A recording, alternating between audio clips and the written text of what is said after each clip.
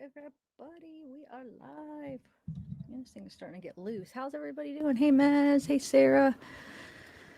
Ninja, what's up? Hello, everyone. So glad to be here from the beginning for once. Yes. Oh, it's 3:33 a.m. Wow. 3:33.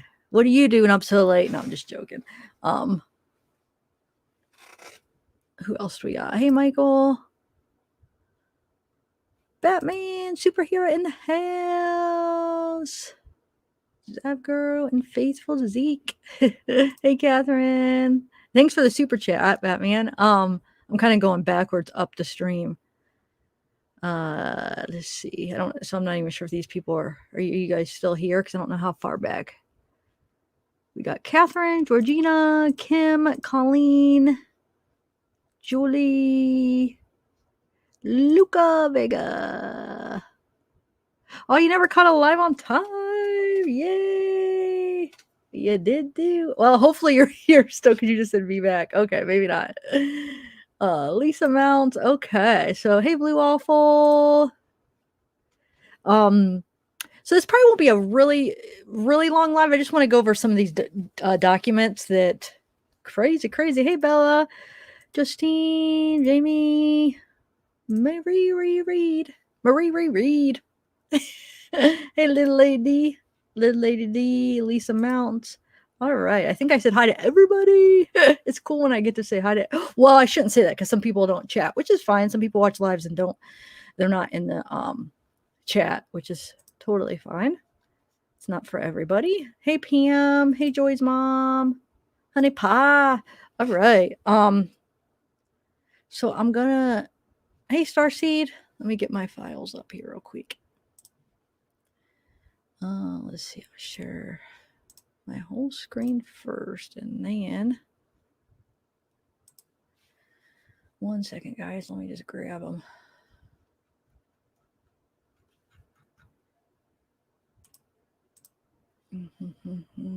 Where are we at, Daybell? There we go. All right. So what do we want to do first? Let's do the funeral call first. Okay. Go to that. And all right. I am all set.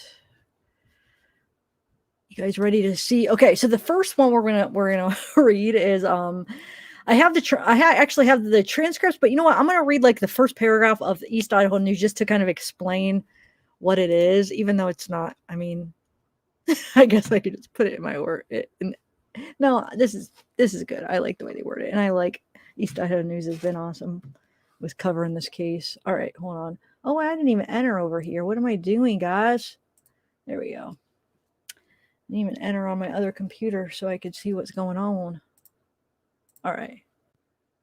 Let me just switch this. Okay, so I'll just read the first paragraph and then I'm going to read the transcripts from the actual document. So, okay. So basically it's Chad Daybell called an Arizona funeral home the day Charles Vallow was shot and killed by Lori Vallow's Daybell's brother, according to newly released police documents. He spelled his name as Chad Daybell and asked how much a cremation would cost. A transcript of the phone call to Valley of the Sun Mortuary and Cemetery was included in a Chandler police report. The call was made just before 8 p.m. on July 11th. Vallow would have been shot and killed about 12 hours earlier. So basically, like 12 hours after Charles was shot, Chad makes this phone call. Okay. So hold on. Let me get the transcripts. It's crazy, dude. Like, this is a case that just keeps giving. I mean, there's just new things that just keep popping up everywhere, guys. It's just very crazy. All right. So let's all right, let me take a sip of my water though real quick. Hey, Love and Coco, and we got Linda in the house. Mez, did I say hi to you already? Mez in the house. Dodo Dixon, good morning. Is it morning for you? Where are you at? Got Chelsea Lynn. All right. You know, Chelsea Lynn, you have a name of this YouTuber that I watch, Chelsea Lynn. Well, she plays the character Trailer Trash Tammy. But every time I see your name, it makes me think of her channel. I love her. Have you ever watched her? It's spelled, your name's spelled different, but still. All right, so he likes to cremate his home, save money. Yeah. Okay, so let me read this here. So this is Sarah and Chad. So this is somebody at the funeral home, and then Chad, this is Chad Daybell. So Sarah says, "Hello, my name is Sarah. I'm assisting them with their calls. How can I help you today?" And Chad says, hold on, let me actually take this off. So hold on, I gotta have one more sip of water because I feel okay. So Chad says, we just had a death in the family and we really don't want anything but a cremation, and then to send the cremains to a family in Louisiana. Just a simple no, nothing other than cremation, and sending him to his family for a service in Louisiana. So is there any way to know a ballpark price on that? She says, yes. And I'm sorry for your loss. And he says, thank you. Actually, I can make this bigger. I didn't realize that it wasn't. So you guys could read along. And she says, let me transfer you over to the director who can assist you with pricing. What is your name, please? It is Chad Daybell. I wonder how he said it. Like, he obviously is trying to, cover up who he really is. So he probably said Chad Daybell. Daybell. Oh, what an idiot. Okay. All right. And then she says, how do you spell your last name, please? And he says, Dabal. Daybell. How are you related to the person who passed? I'm his nephew, Chad says. Wow. And Sarah says, and then also, this is for the Valley of the Sun in Chandler, correct? Chad says, yes. He lives there in Chandler. I live in Iowa, so I'm just trying to help out. And Sarah says, oh, okay, thank you. Yes. And Chad says, excuse me? And Sarah says, what is your uncle's name for reference, please? He is John Daybell, or however he's saying it. Same last name? Dabal, the same. John, uh-huh. And she's like, does he have a middle name? Myron. I mean, where is he coming up with these names? Like, wonder where he came up with Myron. Myron. Oh, she spells it Myron. And Chad's like, yeah. And she says, and Chad, what is your phone number in case we get disconnected? It's this number, 515. I don't actually know my own number. Ha ha ha. He laughs. Oh my God. Let me look real quick. But that is common. I mean, I know my number now, but there were times in my past that I didn't know my own number for a while. Like, oh wait, I gotta look it up. I don't know it. I actually know mine this time, but I have been there. But anyway, so Sarah says, thank you. And I don't know what's blocked out. Oh, the rest of the number. And then Sarah says, thank you. Is he at a nursing home, hospital, or residence? And Chad says, he passed away in a hospital. I don't know the details. Yes. Just for to know, because sometimes that's different if it is residential or hospital or a nursing home, Sarah says. And then Chad says, I'm thinking they're sending him to the medical examiner. I'm not sure. I should have had more information before I called. I'm sorry. She says, oh, that's okay. Cremation with shipping? To which city?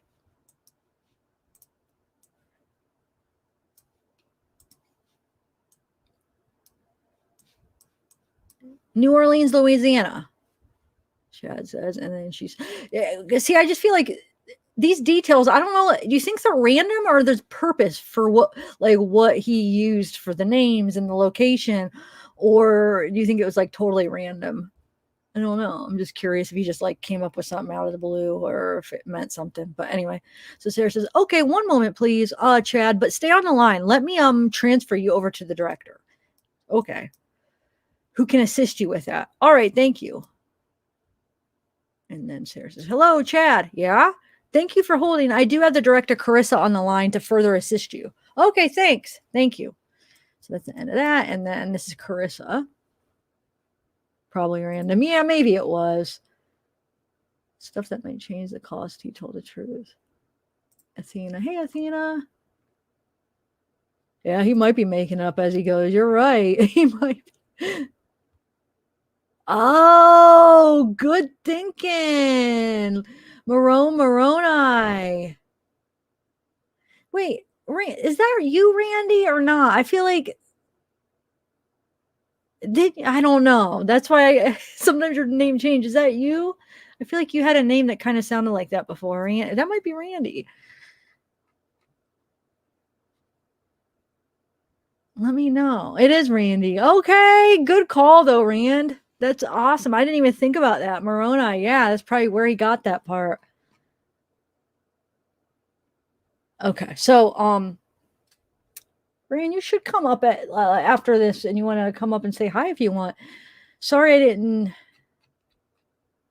text you. I don't know. Well, we'll talk later. But yeah, you could. I'll send you a link if you want to come up later. I probably won't be on long though for this. Okay, so hey, weird mom in the house. All right, so Carissa says, I'm Carissa. I'm a funeral director with Valley of the Sun Mortuary and Cemetery. I understand that your uncle passed away.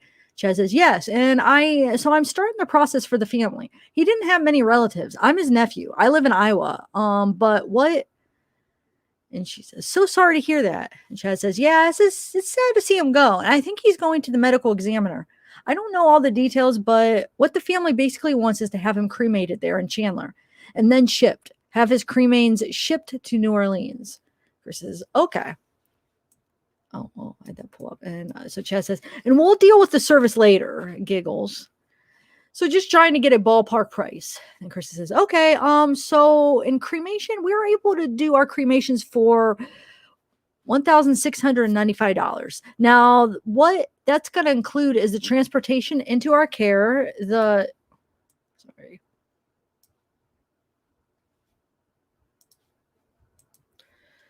all right, why isn't it not letting me go to the next page? All right, hold on a second. Of course, it can't just go smooth today.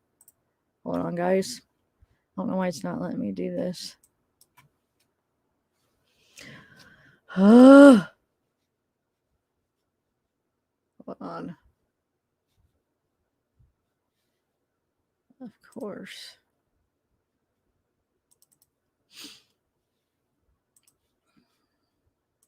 So that is Randy, right? Wow, I'm trying to get this to work. Everyone drop a like. Oh, thanks. Okay, so hold on. Oh, man, of course there always has to be something, right, guys? It's like froze up or something. My thing has been freezing lately. Hold on one second. All right, let's see if I could do it like this. Just bear with me, guys. Oh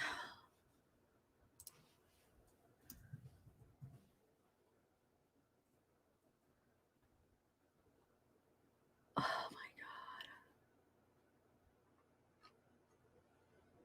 I'm going to try to go on my other on this computer maybe. If not, I'm just going to have to wait for a minute, guys.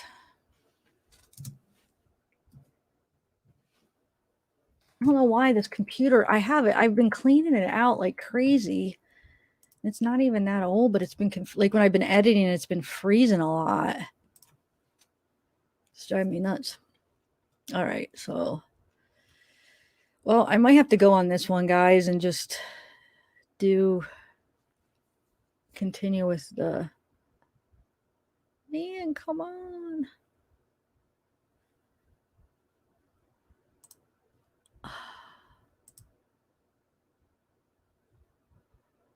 Okay, so I got it, guys. Sorry. I got it. It's coming. I got it. Oh, yes. Don't leave, guys. I'm coming. I got it figured out. I got to do the Control-Alt-Delete a lot when I'm on my editor, and then I have to. So, like if it doesn't save on your editor, if you weren't able to save the project before you do that, sometimes it'll like do a backup, but sometimes it doesn't, and then you have to redo it. Oh, it's been sucky lately. I'll have to get somebody out here to see what's going on. Okay, so hold on 1 second though. I got it now. I just have to go back. Okay. All right, so here we go.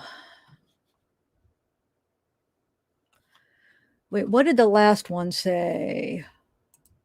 Because I remember it was just I feel like. The train. Okay, yeah, okay. All right, here we go, guys. I'm sorry. Okay, so the transportation to and from our crematory, our basic professional fees, as well as our crematory fee. Now there's going to be a couple other charges there for you. And Chad says, okay. She says, so we're going to have death certificates, which are $20 a piece plus a processing fee. Okay, $15 permit fee. All right. And Chris says, and then we're able to do that trip through the mail for you, and that's a $150 fee for you. Chad says, okay, you mean like the UPS or something, I guess? Giggles. Sorry, I realized that that's not, there we go. Okay. And Chris says, okay. I don't know. She's like, okay, like, and Chad says, so close to about 2,000 probably, kind of a ballpark guess. Yeah, close to, yeah. Chad says, okay, well, that helps me a lot. I need to call one or two others, but I'll get back to you if we can come that direction. Thank you so much. Chris says, okay, you're welcome. Need anything else? Give me a call. Chad says, okay, thank you. All right, thank you. Bye. Okay, so that's the conversation between him and when he called the funeral. This was 12 hours after Charles was shot. So he's trying to get like prices for the cremation of Charles, trying to just get information. So that's that. And then so I have a few more things. The other one I want to read is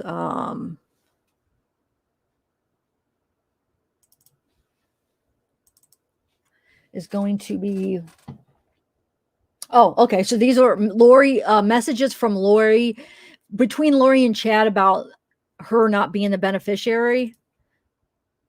So I'm going to read these. I got to take another sip of water, guys. I hope it doesn't freeze again. Okay.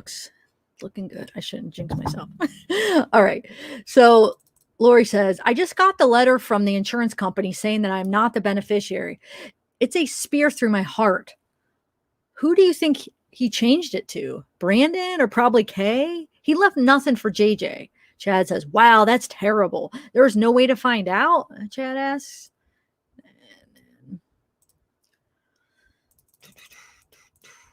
Lori says, I might be able to see when I get his computer on Sunday. I could check. Wait, I could check the email. Okay, I could check the emails sent to the insurance company. It will show change of beneficiary. He must have done it recently. And Chad says, it seems you would have had to agree to the change. Maybe your name was forged. You should have a good paper trail to prove it. And Chad says, I love you. This is terrible, but is probably another step in bringing down the, what is that? I don't even know what that word is. Should I know that word? Gandians? Gandian? I don't even know. Especially Brandon. It's probably a word when I hear it, I'm like, oh, that's what it is. But I don't know. I could look it up. Let me see. What is that? Does anybody know? I'm probably going to be embarrassed because it's probably something that I should know, right? Gandiantons?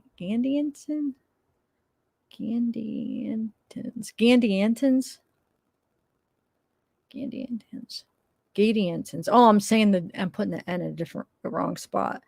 Gadiantons. I don't know. Should I know this? I'm going to be embarrassed. Let's see. The robber, according to the Book of Mormon. Oh, it's the Gadianton, whatever, robbers, according to the Book of Mormon. We're a secret criminal organization in ancient America. So it's a Mormon thing. So yeah, I wouldn't have known it, actually. Okay. I don't feel too dumb now. But so he's saying they're bringing down okay, so it's probably another step in bringing down basically the secret criminal organization, especially Brandon. He's saying, huh. So yeah, all right.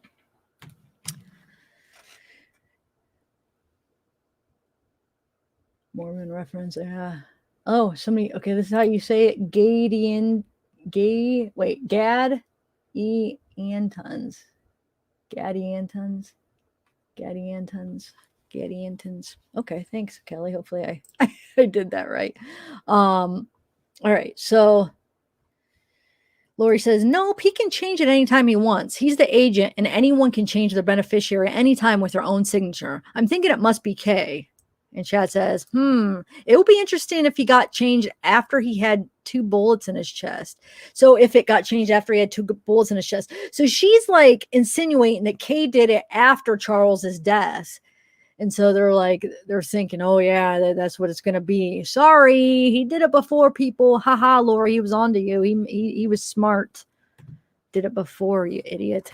Anyway. And Lori says, I don't think it could have. You can't change it after the death date. They would review that. And Chad says, yes, I'm thinking Kay as well. She's probably freaking out that you got those computers. I'm going to shower and give you a blessing. I'm eager to get home so we can talk. It really will be okay, my love. You are wonderful. Ugh, puke. Hey, I plead the fifth. Oh, I think that's all I have for that.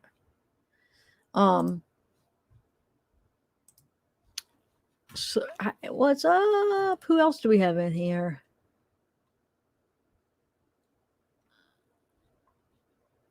I'm going to save the longest for last. I'll do this one next. The emails from Lake Charles and stuff.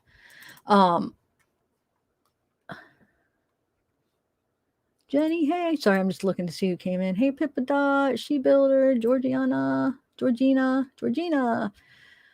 Language of Horses. I know, he's such an idiot. Like, oh, Chad, gosh. How could so many women fall for him? He's a freaking idiot.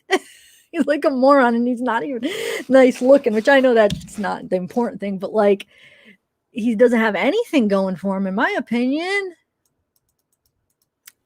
No.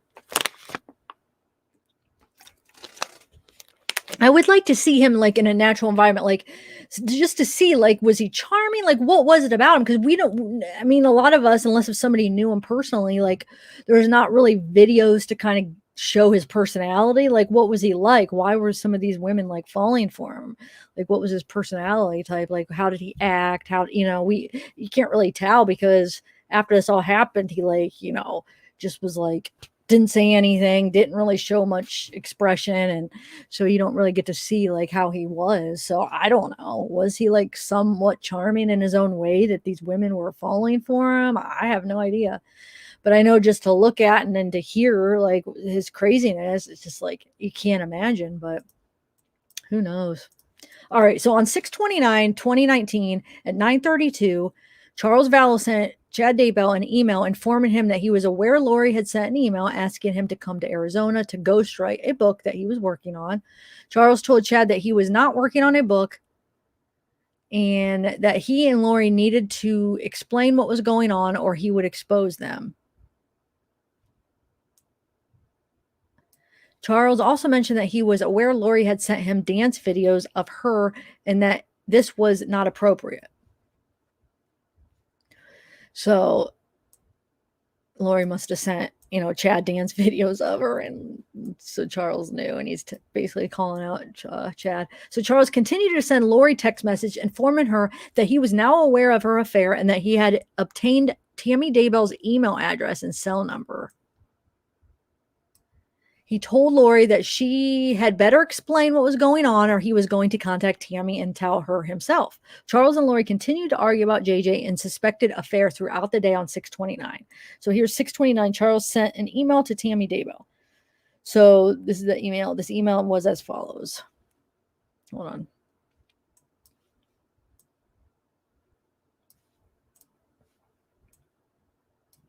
I know I had read it when I found it in that video clip, the last live, but we'll just do it again. Tammy, my name is Charles Vallow. I have some vital and disturbing information regarding your husband and my wife, Lori. This is your work email, so I'll wait to send you the evidence that is very disturbing. very disturbing. You may call or email me from the address where you can receive the information. I apologize to be the one sending this, but something has to be done. I feel it's best if I shed some light on the issue. Regards, Charles Vallow. So did he get another email out to her? So this is just basically, I have some vital disturbing information regarding your husband and my wife. So he doesn't really go into detail. So I'm just curious, is did he ever get another email out to her? Before everything happened. So Charles sent Lori a message that read, "Be sure to look over your shoulders today. This may be the day. It's coming. That much I promise you." I love that he freaking freaked her out, that he did that, but it sucks because in the end, she freaking won. I mean, I don't want to say won, but she took his freaking life. But I love that he freaking said that to her and made her scared. Be sure to look over your shoulders today. This may be the day. It's coming. That much I promise you. Charles sent another message at 5:04 hours that read, "And your boyfriend too." There is no indication that Lori responded to these text messages. On 6:30 at 6:22, Charles sent another message to Lori that read, "You will reap the destruction you have sown. I'll be there for JJ. Don't worry about that. Have a wonderful day being a hypocrite in church." Oh, I love it though. You go, Charles. And once again, there was no indication that Lori responded. At 8:42, Charles sent Lori another lengthy text that read, "Lori, I know you don't much care how I feel, but just imagine this. How can my actions or breaking your heart result in what you've done? You accuse me of infidelity, but it's you who it's you who has been having an affair. It just keeps killing me. Maybe that's your goal. How can you live with yourself destroying our life? Mel and Brandon's. Probably Mel and Brandon too. Now add Chad Daybell family and you've got a home run. The fact that you continue to go to the temple after all you've done shocks even me. There really is something wrong with you. I really don't want to do what I have to do, but you have to be exposed for what you really are. You won't even deny it or talk to me as your hold on, sorry. You won't even deny it or talk to me as to your reasons. That's what's amazing to me. You could alley some of what's about to happen, but I don't think you will. You could what? I don't know. Lying has become second nature to you. You have been impressive in blaming me for all that's happened. You have destroyed me. I've never been lower in my life. It's you that has done it. Please tell me why. Please. I will slow or minimize what's about to happen. It's you who has caused it. We have a son to raise, but that's all we have in common. I will work with you in his best interest and will be there Monday evening. You owe me an apology for all the false accusations. So, wow. I'm glad he sent those last texts because, I mean, just, all right. So, I did call this, so this is the last one. These are just going to be these are a little bit longer, guys. So this is, this is the interesting stuff. Well, it's all interesting, actually. All that stuff was interesting. Never mind. I mean, let me just, before I start this, let me just say hi to chat, see what's going on in chat for a minute. And then, hold on a second. Let me move this. Let's get ready to read these. It's not that much, probably only like 5 or 6 pages, but still, they're interesting. Oh, Linda, be careful. Huh. Well, just stay on the live then. Hey, Allie, Jeff. So what do you guys think of what we just went over so far, guys? Oh, okay. I thought that was because did you see how like some of the letters were like cut off and like the top? Sometimes when you scroll down, it's weird with, I don't know if this happens a lot. Sometimes when you scroll down, like the top, sometimes like the top thing will be cut off. So you like the top of the whole line. And then if you scroll back up, you could get it to fix. And then the bottom, I don't know. I'm not probably explaining it right, but I've had it happen to me, and it does happen a lot. But so I thought there was something missing or something. Okay, ally means to alleviate. Okay, but does that fit in what was said? Now I forget. Does it fit in what he was saying to ally to alleviate? I'm trying to think how you. Yeah, I guess that would fit, Candy. Thanks. You're right. That's probably what it said. All right. I know. I feel bad, Linda. Okay, so let me zoom in and see. This already looks like the same way.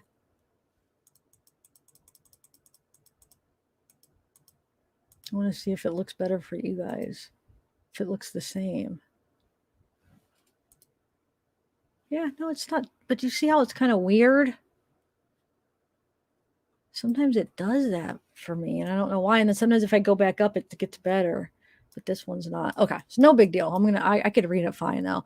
Okay, so here is Chandler Police Department General Occurrence hard copy. Okay.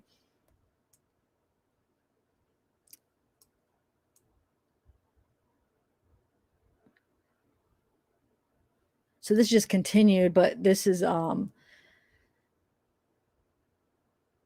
so it says found, so this is continuing from the page before, but found on the account, further messages would indicate that the talk of the restraining order was in regards of Melanie and Brandon. So continue to read through the message between Chad and Lori. She asked him to clear Melanie's new house of any bad spirits.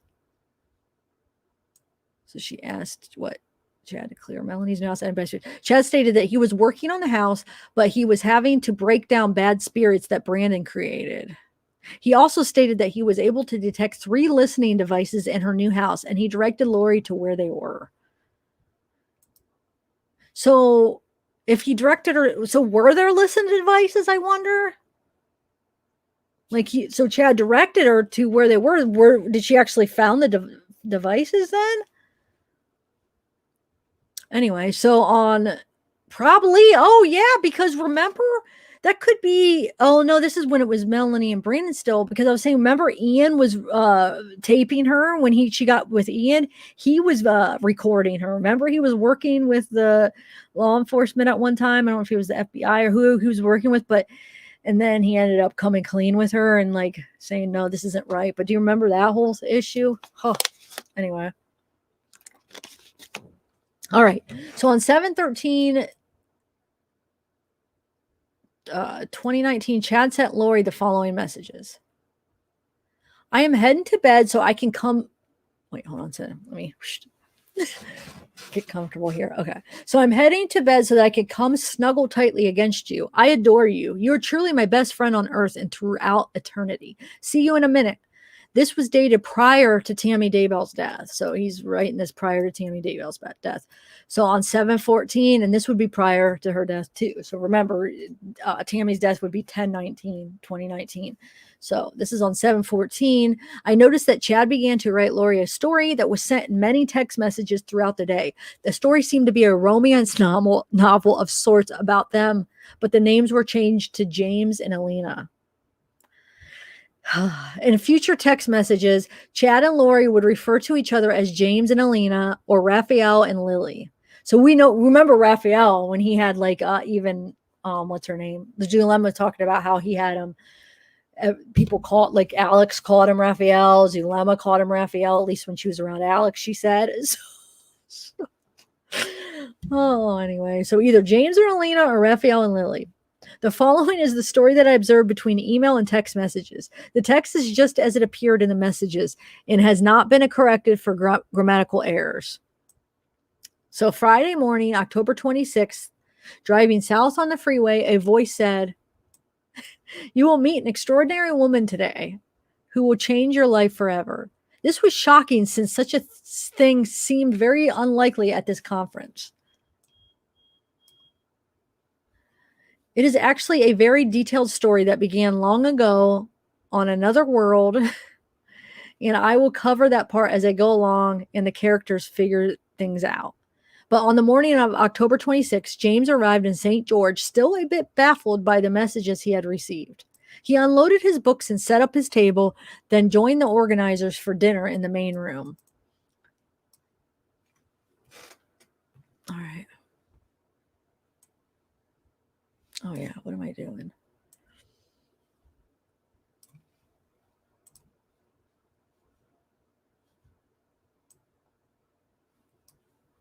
Oh man, I'm going too fast. Sorry.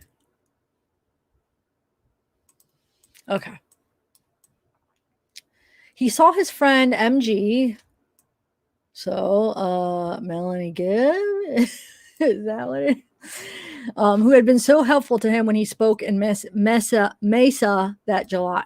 MG introduced James to her friend Elena, and we know Melanie is the one that introduced him. So, when their hands touched, he felt a shock pass through him, and his heart started beating fast.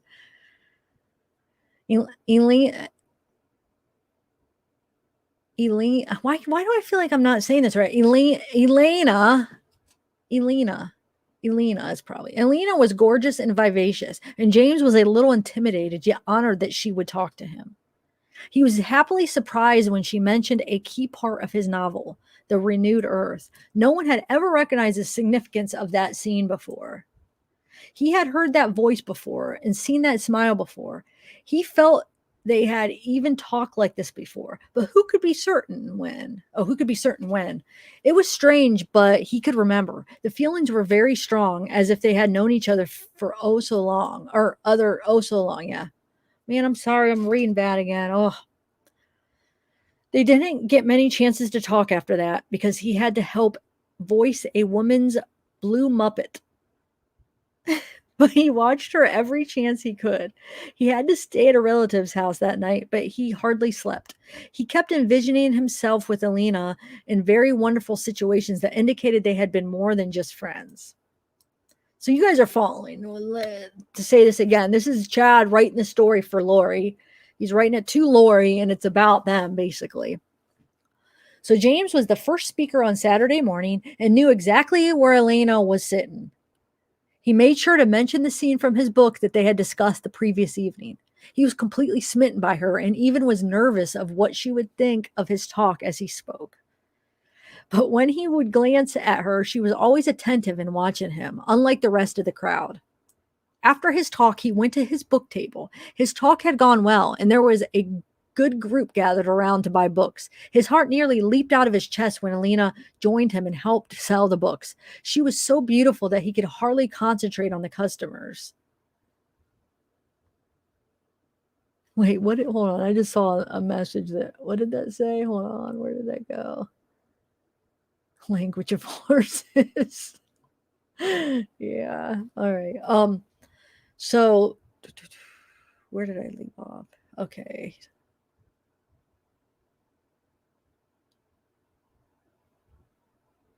Did I read this already after the talk? I can't even remember.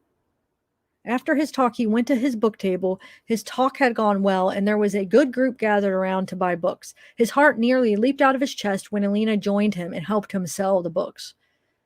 She was so beautiful that he could hardly concentrate on the customers. She straightened the books and gave the books great reviews, although she made him laugh a lot when she kept pushing the youth in fifth volumes of his first series. G Dubs in the house. What's up, G Dubs?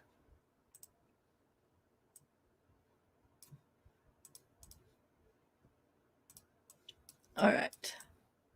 He could only giggle when people asked if she was his wife because, yes, in fact, she was. She just didn't know it yet. Oh my God. James was definitely having. Oh my God. How do you say that word? Why can't I talk today? Well, I can't even pronounce that. Feelings towards Elena as they sold books together. He had not felt this happy in his entire life. He was quite sure that this was the woman. Wait, where am I?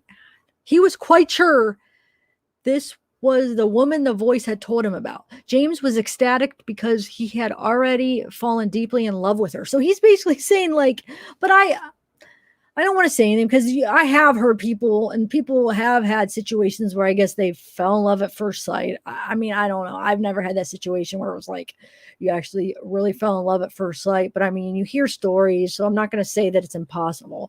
But basically, he's saying he's already fallen deeply in love with her, like that first, like right away.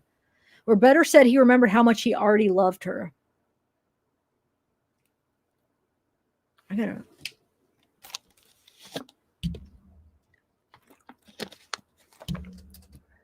Yeah, that's how I was gonna say amorous, but I was like, man, I don't know why I'm like doubt myself. Like I can't, you'll. It's just I don't know what it is when you're speaking in front of people. Sometimes you just get these moments where you're like, oh my god, I can't even say this word that you might have said a million times, or like not knowing how to pronounce things. So sometimes I'm more doubtful. And so, yeah, I didn't even want to try, but thank you. I think you're the same person that corrected or showed me the other time, huh? The other word. Thank you. Where did you go? I'm not sure. People who do that are usually psychotic. Oh, yeah. I mean, they say like, I guess if you fall hard and like fall, like it's not even like a real love, but it's like this, what would you call it? Yeah. I mean, I guess I see where you're going with that, Joy's mom. All right. So where are we at? So, oh yeah, so or better said, he remembered how much he already loved her. Huh. Her eyes had mesmerized him from the moment they met. But once the book sales slowed down, she stood near him behind the table.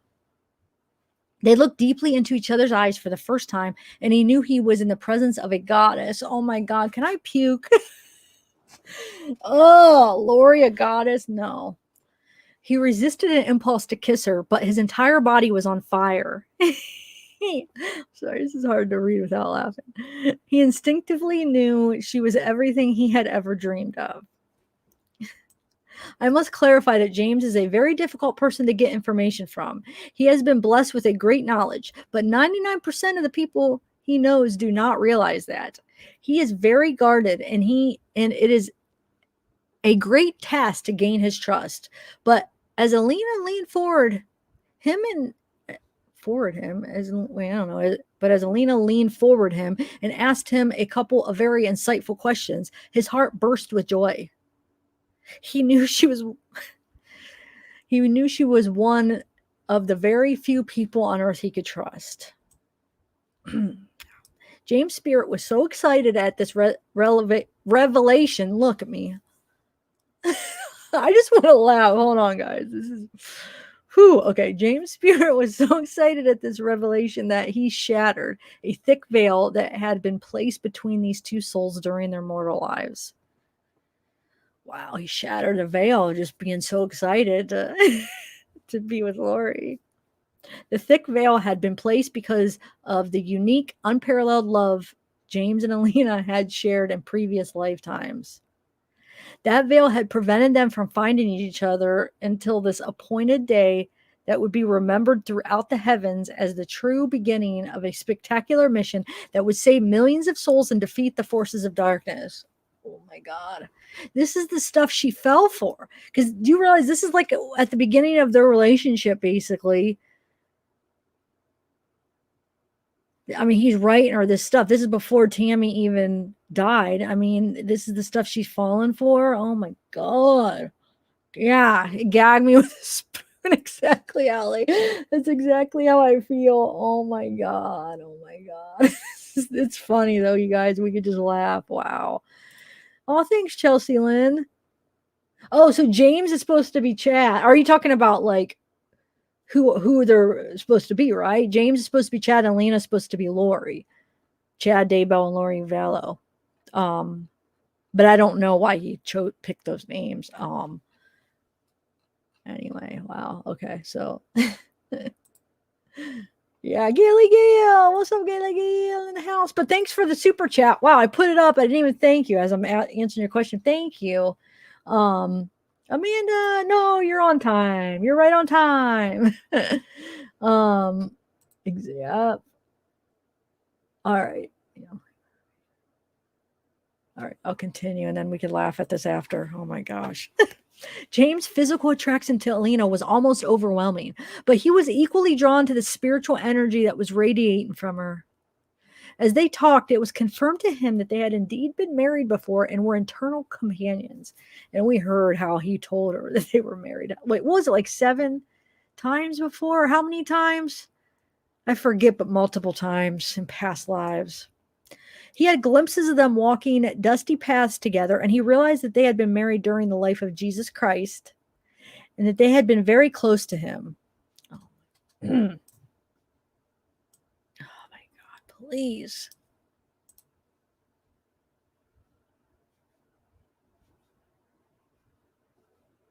Oh, wait a second. How did this come? This is in a whole different file. Hold on a second. Something happened. That's not even the same file. How did that even...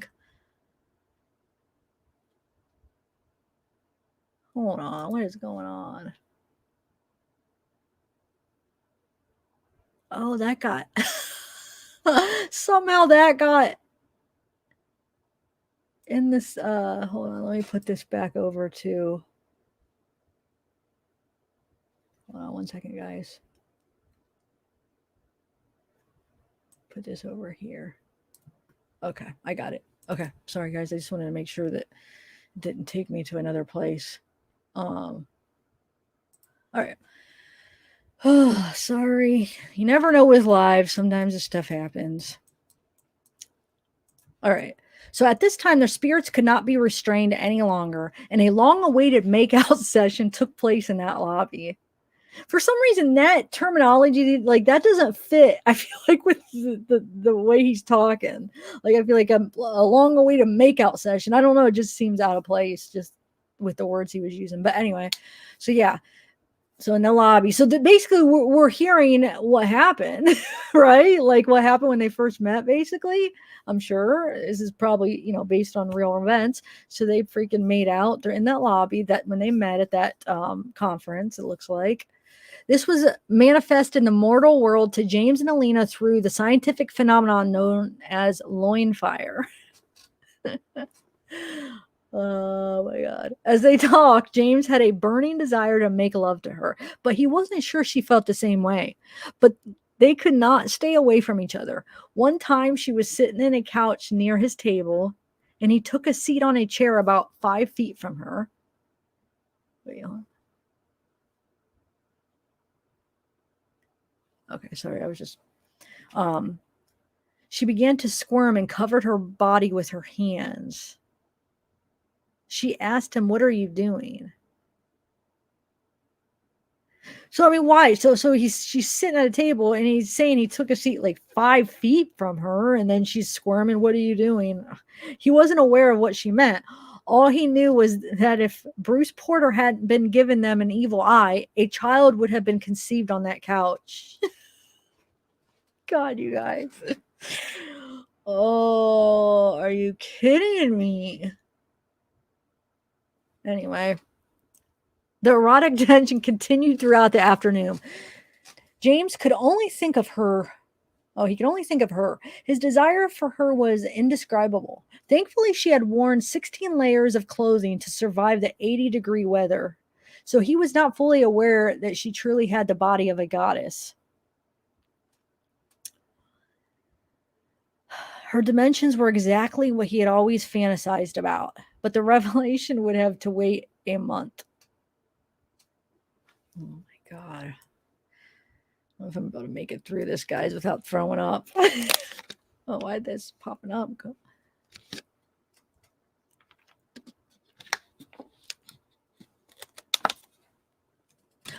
Oh, yeah, Chelsea. Okay, if you're late, I'm sorry. Yeah, that's why you're asking. Yeah, so this is Chad writing to Lori, but he's like basically, yeah, basically Chad, like James is Chad and Lori's Alina. So anyway, as the night concluded, James needed to take his empty boxes to his car. With Alina's help, he had sold more books at a show than he had ever had before. She helped him carry the boxes to the car, and then he could not resist the desire to hug her. He made an awkward attempt that was way too brief because their friends were bringing more boxes. In that short embrace, though, he knew that he had found the woman he had searched for his entire life. It was made crystal clear to him that they had been married before and would be again. He once again had to fight off a powerful urge to kiss her and somehow disguise the massive erection he was experiencing. They returned to the building and he helped carry tables to the second floor while she sat on the couch. They couldn't take their eyes off each other. He was already madly in love. Her group of friends finally had to leave. He was devastated. Unused how he would ever contact her again. Then her spirit took over and asked him, Can I get your cell number in case I have some questions? They exchanged numbers and then they gave each other a hug goodbye.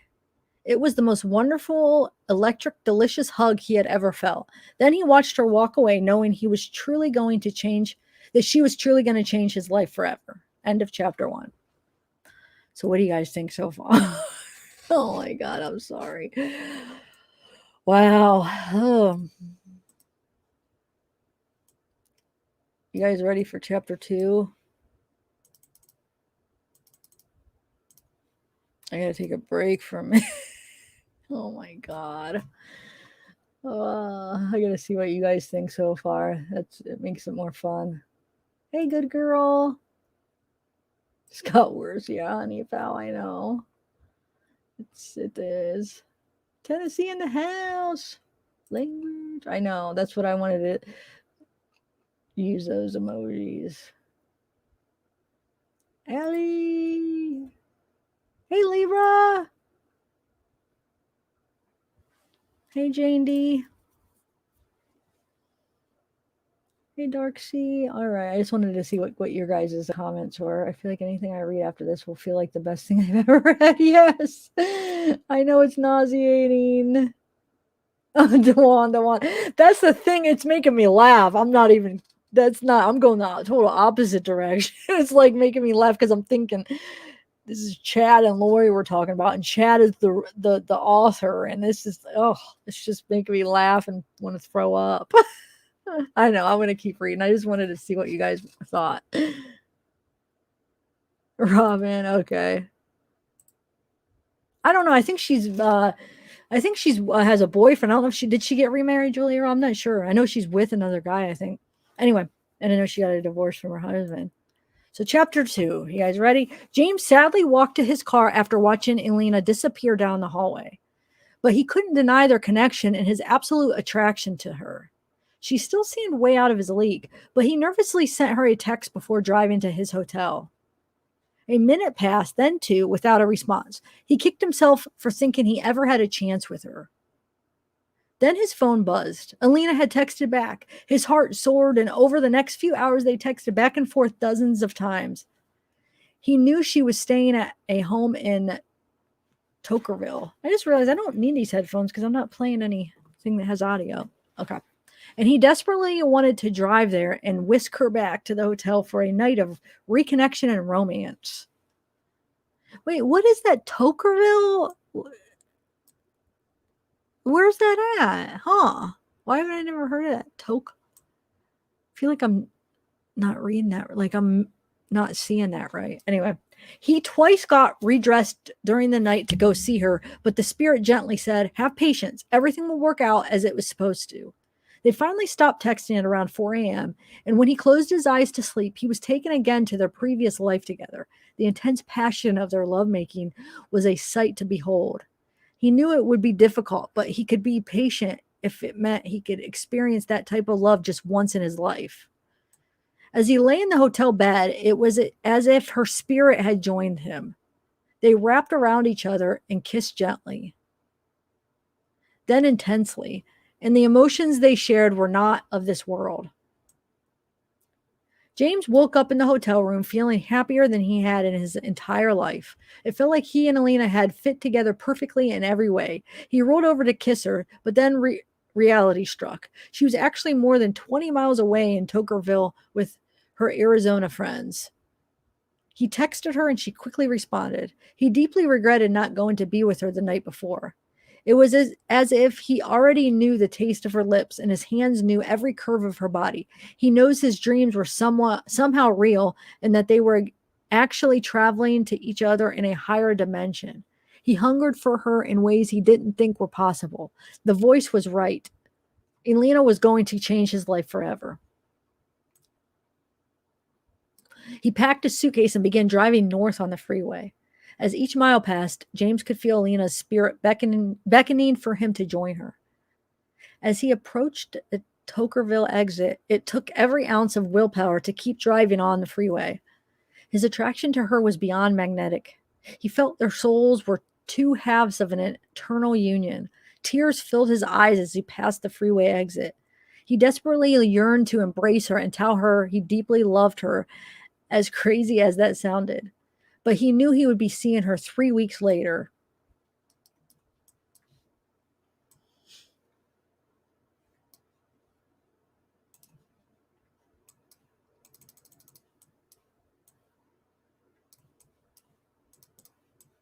Oh, a little bit too much. Okay.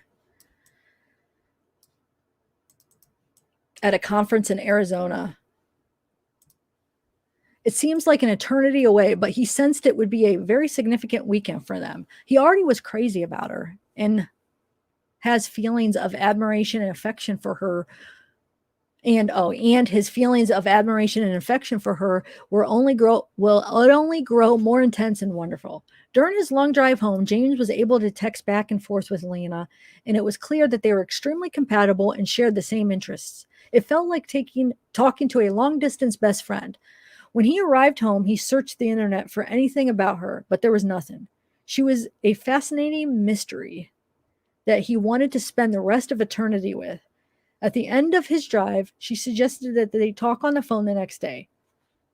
He was thrilled at the thought of hearing her voice again. He was falling more madly in love by the minute. When James heard her voice that Monday morning, the euphoria he had felt Saturday came rushing back strongly. They talked for 2 hours, but it seemed to be only minutes. He was obsessed with her and couldn't get enough. During that first phone conversation with Alina, James realized she already had a strong understanding of many of the truths he had been taught regarding how the universe really worked. The lounge fire and obsession with each other had no real explanation unless they truly had a spiritual connection before his life. He was able to help clarify many of the promptings and impressions that she had felt in recent years. She knew she had lived on Earth before, and James was able to clarify when. They had been married before on this Earth and other times on a previous Earth. Their love truly spanned the universe in eons of time. They knew the Lord had brought them together again for a crucial mission that only they could accomplish as a united couple. During the next week, they spoke every day for at least an hour, but often longer. They hungered to know everything about each other. This was a new experience for James to open up and share the true feelings of his heart. But he knew he could trust her completely. The bond between them was intense, and only the vast distance between them kept their passion for each other from roaring into a blazing inferno. Well,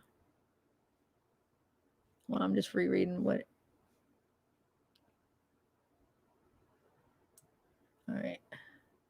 She quickly became his best friend.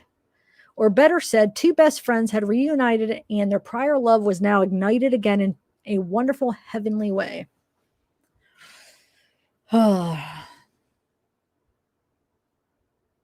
Okay, so as November began, James and Alina had talked on the phone every day since last seeing each other.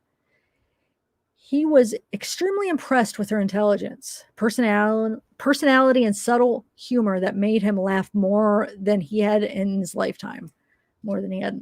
Sorry.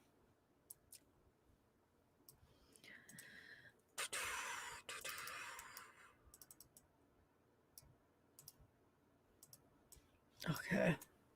She was a complete delight to talk to, and the highlight of his day was when he could hear her magical voice. It was so familiar to him, and it actually healed and soothed his heart and soul. They would both attend the same event in mid-November, and it seemed like the day would never arrive. Each day they opened their hearts to each other a little more. James knew he could trust her with the mysteries of the universe that had been revealed to him. He knew they had been married before, and that they had been close friends with the Savior when he lived in Jerusalem. James had served in an important position in the Lord's church, and Alina had been his beloved spouse and best friend. That relationship was now meant to continue in this lifetime. In Jerusalem, James and Alina had enjoyed tremendous intimacy.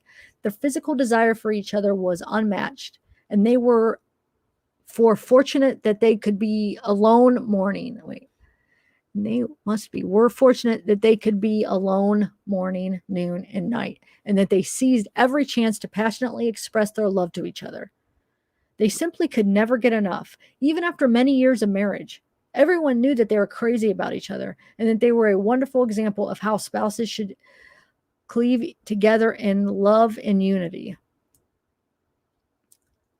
James had visions of how they would happily and joyfully pleasure each other in his office. He had visions. Okay, so this is these visions. These are so important. Like these visions are like supposed to be like religious, spiritual, but he's having like visions that, you know, how she could please him in his office. Oh my God, please.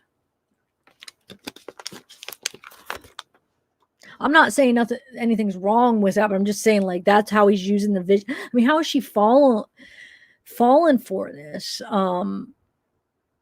That's how he's using like this gift to like to say like, oh, he's having visions of that, you know, her in his office. Oh my God. They had two favorite positions that particularly bonded them together. Nothing meant more to James than holding Alina in his arms and unifying their bodies in perfect synchronization. As James and Alina talked on the phone, he tried to delicately describe their connection to each other, and he was delighted that she believed him. He also shared that they had been married other times on a previous world, and she accepted that information as well. James was overjoyed to have these memories restored to him because he truly loved her with all of his heart. He knew they were meant to be married again and complete important missions together before the second coming. He was ecstatic that she was receiving confirmation of these things as well. As they talked on the phone, the spiritual connection was so intense that it also produced physical desires. And it was as if their spirits were making love despite the great distance between them. James knew his spirit was visiting her during those conversations.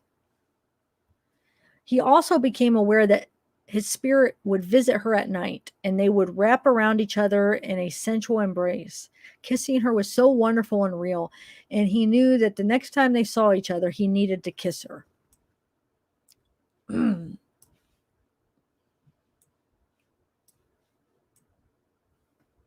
You guys hanging in there? Man, I go too fast and then, sorry. Okay. He wouldn't be able to resist holding her. He was absolutely in love with her in every way. By the time the conference arrived, James and Alina had become very close through their phone conversations, but he desperately needed to see her again. She agreed to pick him up at the airport and take him to his hotel. He was extremely nervous, worried that the spark they had felt earlier might not be there. But as she arrived at the airport and he opened the car door, his heart nearly burst at the sight of her smile. She was stunningly gorgeous, and as they gripped each other's hands, the electricity was tangible. The love between them was powerful and real. The hotel was only a short distance away, and he invited her into the room. They were soon standing alone in the room, and he put his arm around her and looked into her gorgeous blue eyes. They hungered for each other, and he leaned forward and fulfilled a promise he had made to her a few days earlier. He gently kissed her tender lips, and the same heavenly electricity filled his entire body. The passionate magic they had felt many centuries earlier came surging back powerfully. James moved to the couch, and Alina straddled him effortlessly as if they had done this thousands of times before. She fit perfectly on him, and they pressed their loins tightly against each other. The feeling was exquisite, and they both smiled and moaned at the sensations passing between them. They were still fully clothed, but the intensity of the intimacy was undeniable. James felt the powerful desire to bless Alina at that time. As they stayed in that favorite position, he moved his hands to her head and began to cleanse and purify each part of her body. He could feel the pains and troubles she had endured throughout her life being removed from her soul and being taken outside and destroyed. James's hands worked their way down her body and lingered briefly on her beautiful breasts. She truly had the body of a goddess, and he was experiencing an indescribable mix of physical and spiritual ecstasy. He soon concluded the cleansing of her body from head to toe, then filled her body with a balm of light and love. James could see the happiness in her eyes, and instinctively their mouths came together again. The fire was burning strongly within them both, and as their kissing grew more intense, he gently said, "I love you, Elena."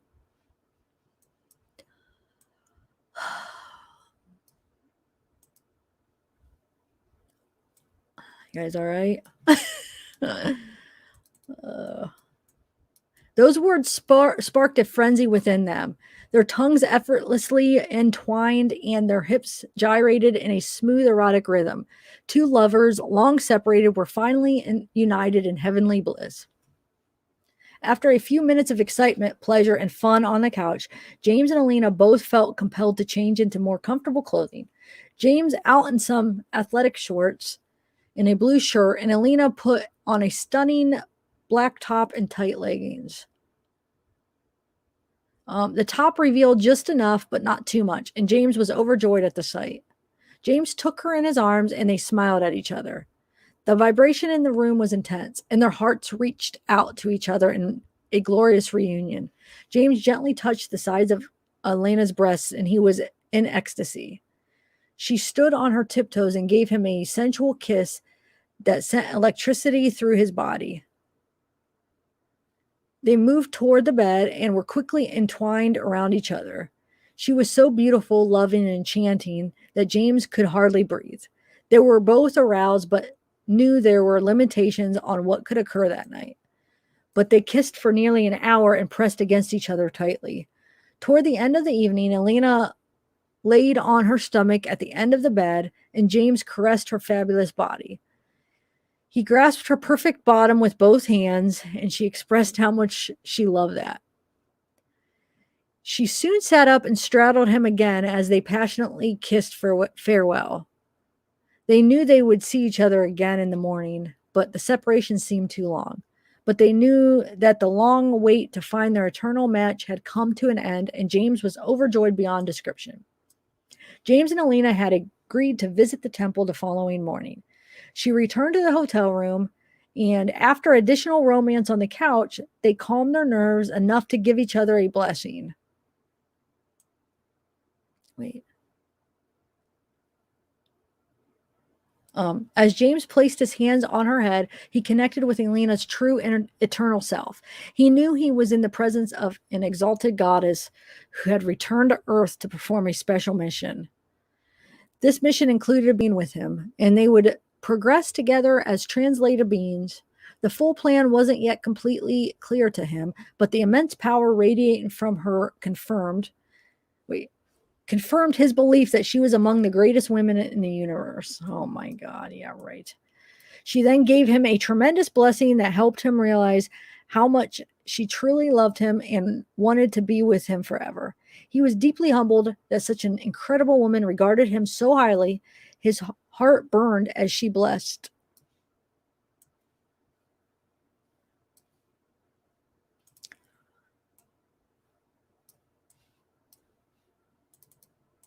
As she blessed him, and he had a glimpse come to his mind of not only of their life in Jerusalem, but even as a couple on a previous earth. He knew that they had been eternal companions for eons, and that their love was beyond celestial. They embraced following the blessings, and the emotions they felt were a mixture of eternal bliss and celestial desire. I feel like there's the sexual chemistry was undeniable. You know what? It looks better on this. It looks darker for you guys. Hold on one second. Okay, yeah, that's right. Okay, so the sexual chemistry was undeniable, but the spiritual unity was a glorious bonus for them both.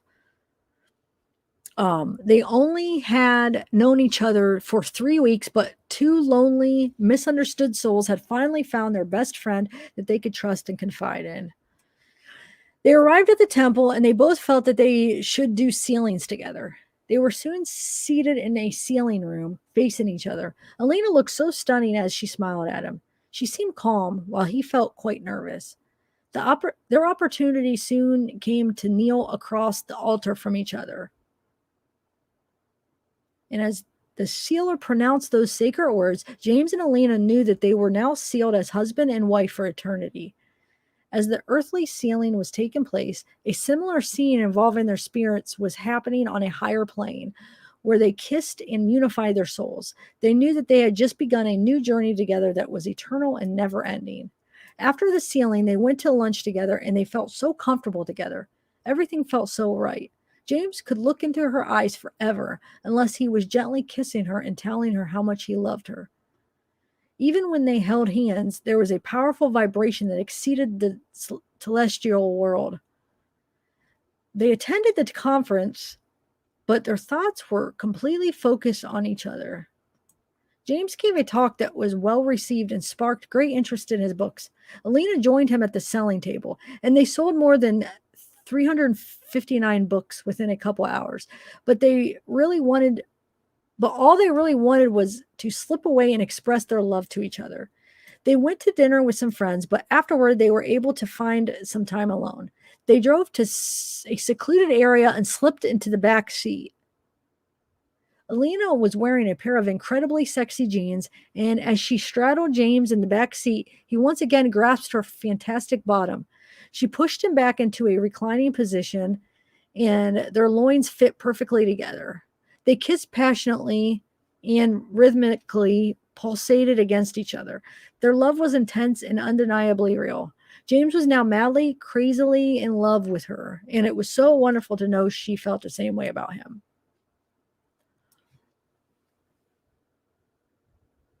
Dawn, I like that. Yeah, right. Now the car is ruining. Batman! How's the Batman doing? All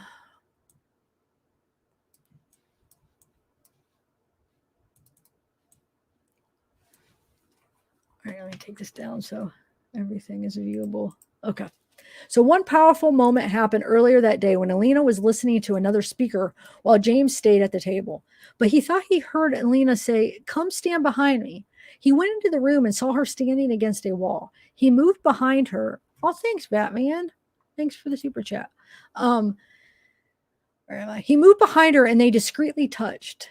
After a few minutes, he checked his phone and saw she had texted him that very sentence at the stone he heard her voice. Wait. She texted him that very sentence at the stone he heard her voice. What?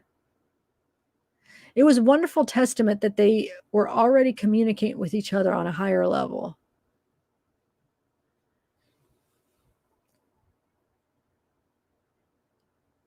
Wait. Oh. All right. Okay.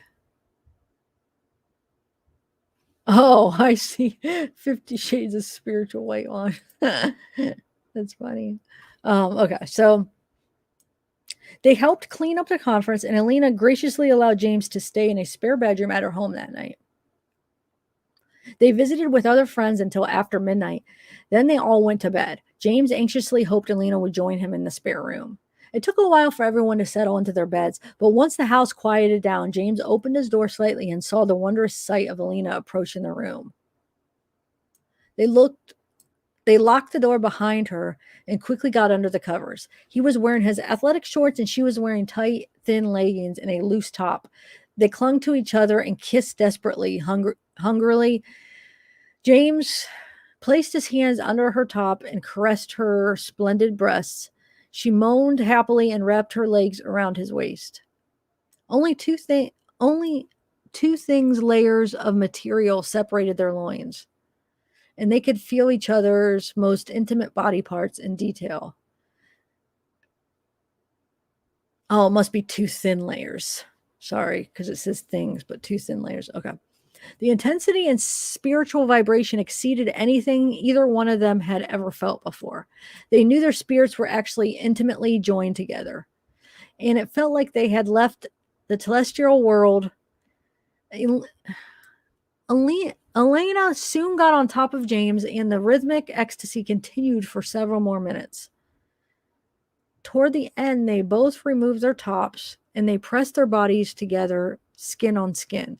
They fit perfectly, and their kisses were deep and frenzied. Their desire for each other was beyond compare. As a reunion in the spare room came to a conclusion, Raphael knew Alina was a perfect match. They longed to stay entwined together. So now he switches from James to Raphael. Anyway, so yeah, they longed to stay entwined together, but it would be best to separate and get some rest. But by 6 a.m., James couldn't stand to be away from her any longer. He slipped into her bedroom and stood at her bedside. She was unbelievably gorgeous, and he greatly desired to join her in the bed and continue the previous night's activities. But there were other guests in the house who weren't yet aware of their sizzling love for each other. So he gently touched her shoulder to awaken her. Her eyes opened, then she reached up and grabbed his arms to pull him into the bed. He smiled, realizing she wasn't fully awake and had likely been dreaming of him. He simply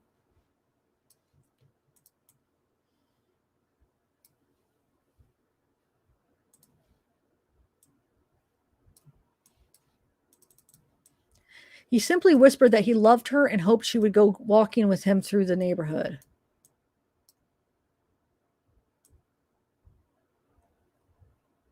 James and Alina had enjoyed a walk together the previous morning along the quiet streets of her gated community.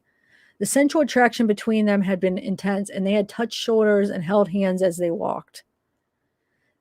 They were like magnets that couldn't be separated. She had worn exercise leggings that drove him crazy with desire. The leggings emphasized her perfectly sculpted bottom, and it took all of his willpower not to pull her to him and grasp that bottom firmly and powerfully with both hands while kissing her passionately.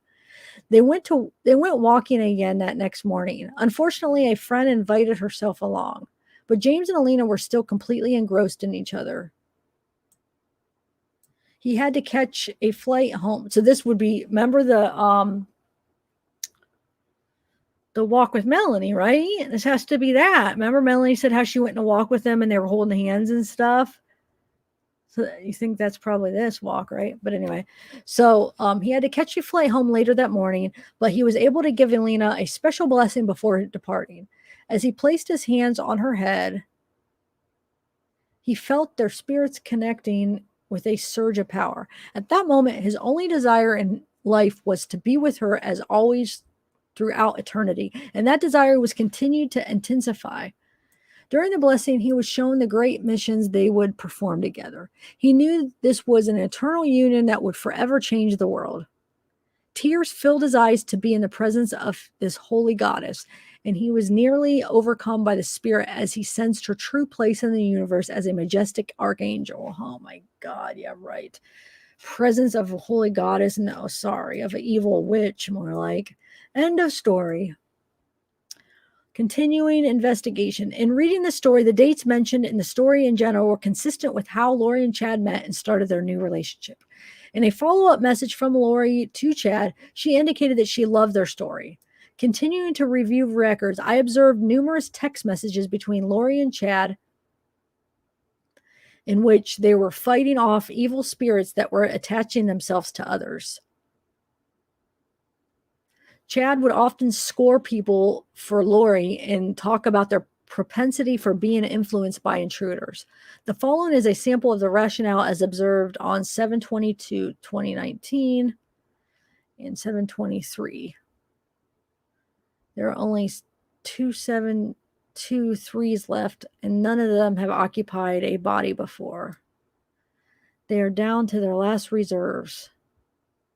I'm glad I caught Eroy. I feel he was aiming to hide out and then get into JJ. Wow. But yeah, that's all of the story, guys. So what did you think? Whew. Pretty crazy, huh? And I think I did the funeral call. I did the emails. I did the message. Yeah, so I did everything I wanted to. Oh, I do want to read a article too, actually. But I'm gonna stop by and chat for a minute.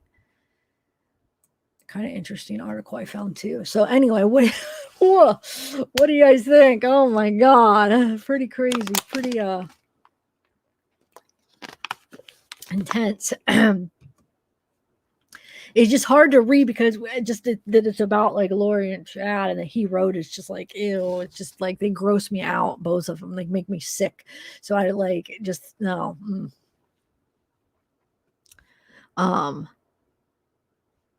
What are you saying, Libra? What book? What was from?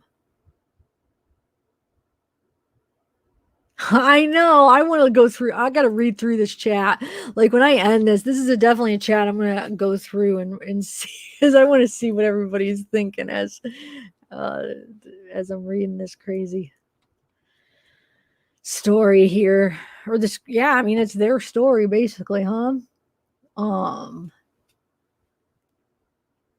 AJ Evans. I know. Yeah, I've learned a lot.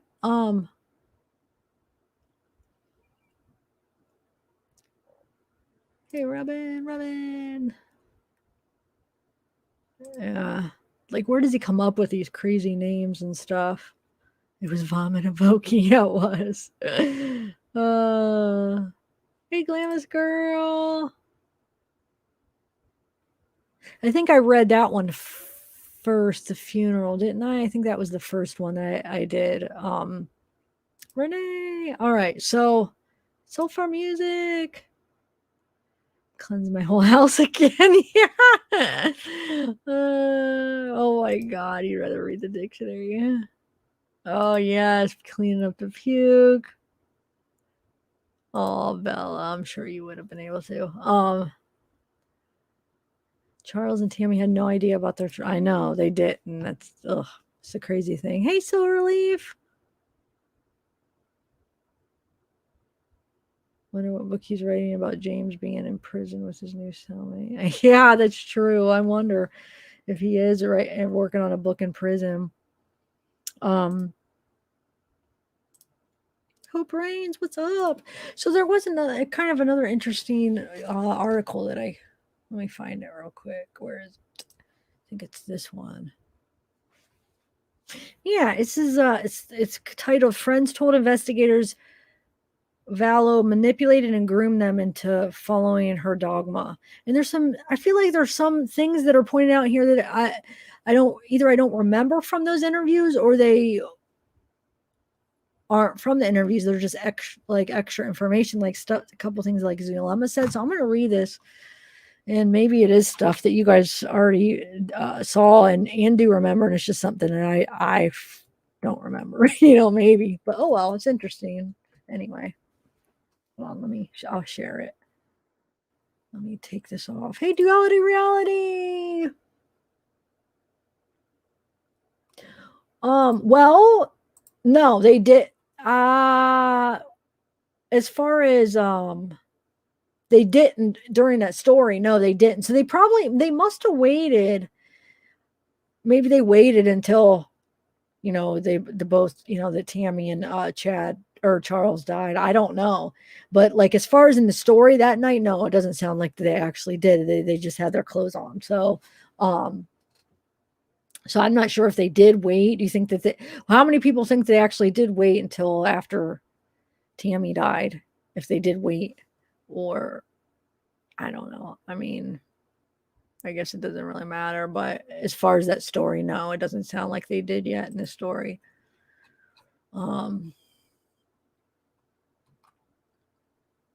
Yeah, we could do a poll, like just out of curiosity. Do a thumbs up if you think that they waited until basically until Tammy died and then they got remarried, or a thumbs down if you don't. So thumbs up if you think they waited, basically.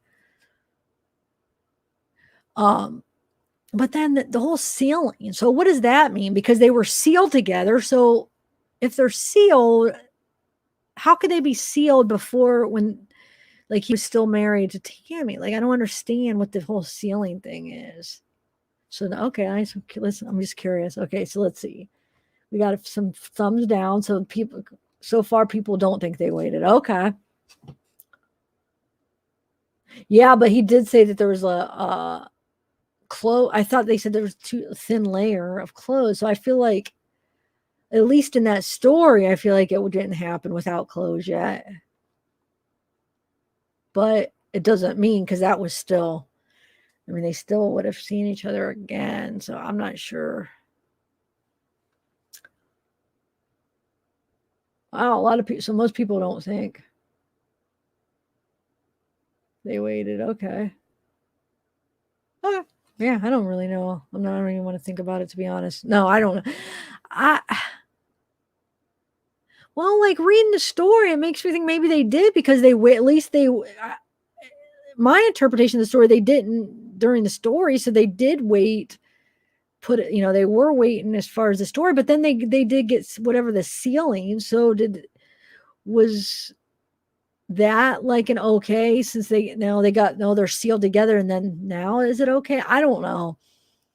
I just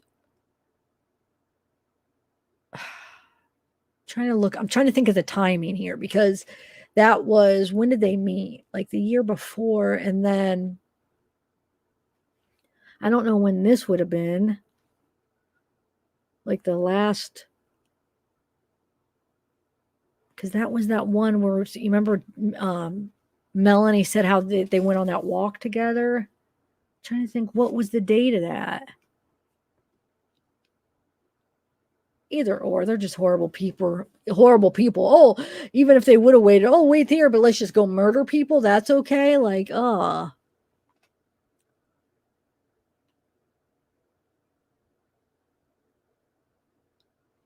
yeah, maybe you might be right. Maybe he like writing it. Maybe it was. You could be right. I didn't even think about that.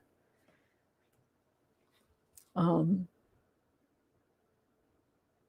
Okay, so hippie dash on. So, but can you be sealed if you're already married to somebody in life? Because it looks like they were sealed together before Tammy died, so he was still married to Tammy. So you could be sealed to somebody different than who you're married to on Earth. And there, is that what you're saying?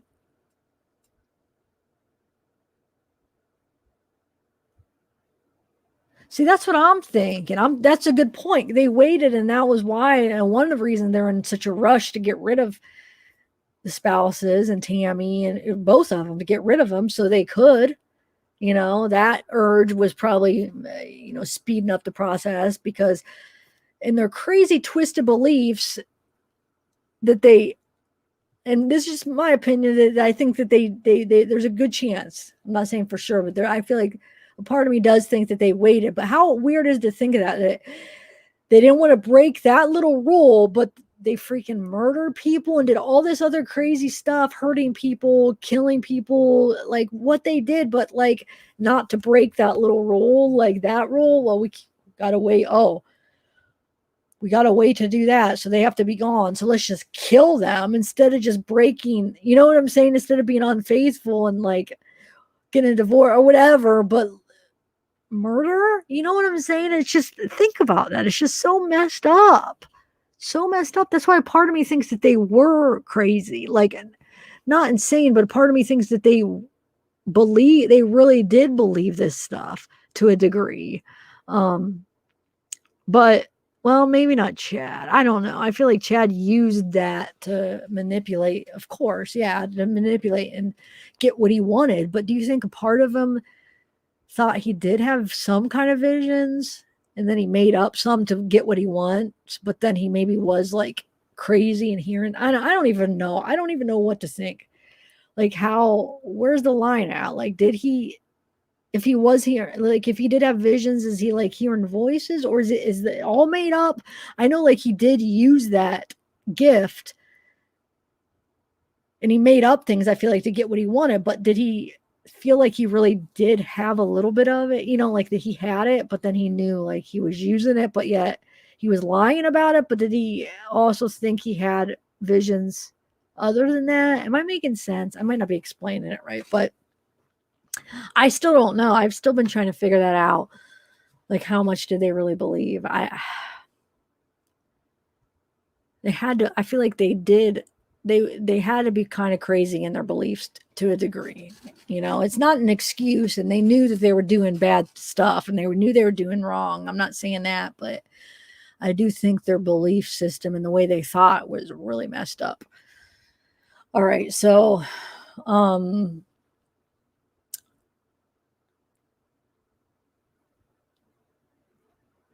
So you okay. No, I don't think he did either, but do you think that he thought he did is what I'm asking.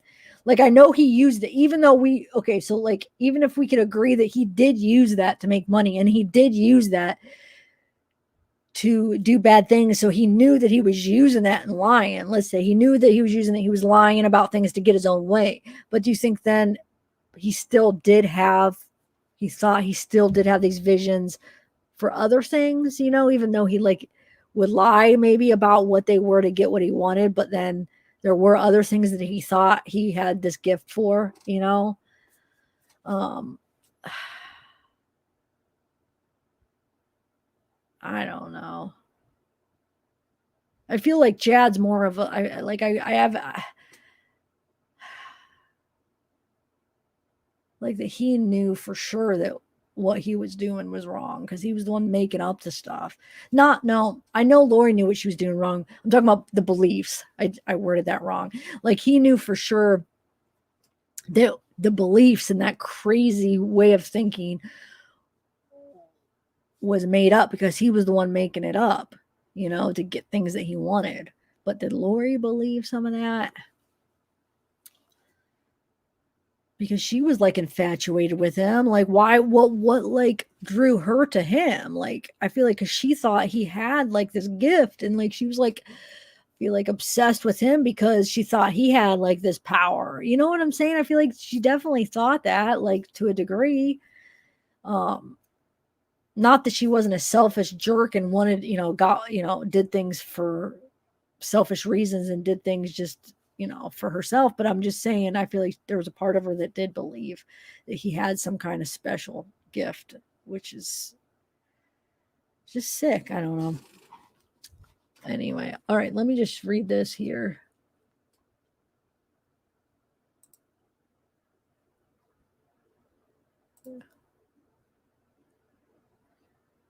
Yeah.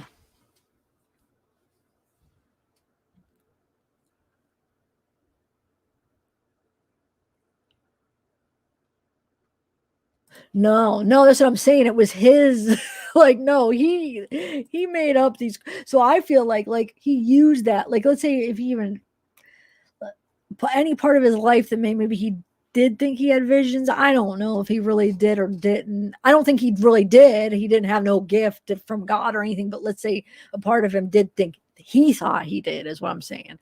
But then he ended up using that to make up lies to get what he wanted. So maybe like, oh, he wants to be with Lori. We got to get rid of Charles.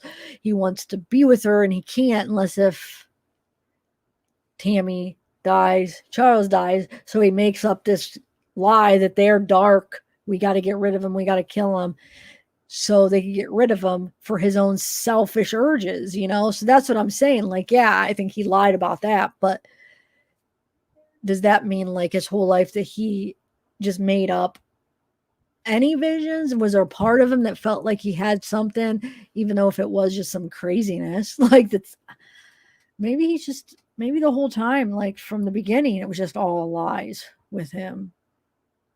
Like from the beginning of his books, because he's been writing books about these visions. Maybe it was just all lies. Maybe he just freaking did it from day one. Just I could sell this. I don't know. But don't misunderstand what I'm saying. I don't think he did have a gift, but I'm saying, does he think he does? There's one thing like, do they think that they have it? Or do they know that they're lying about the gift? They're just totally making it up. Or do they actually really think that they do? Like, are they hearing voices? Or why do they think that? Is it some kind of like mental something wrong with them? And they think it's like these visions that they're having and they're hearing. What if they're hearing voices and they think it's like, oh, I'm hearing God and he's telling me this? So I don't think he really did. No, I think if it's anything, it's not coming from a good place. But part of me doesn't even think that he knew it the whole freaking time. As far as like when he started first writing books and stuff, I don't know. How could I wonder if Tammy saw, like, does Tammy believe him? I mean, Tammy was married to him for how long? Like, and he's writing these books and he's probably preaching to her about these visions. I mean, would she believe in him? Yeah.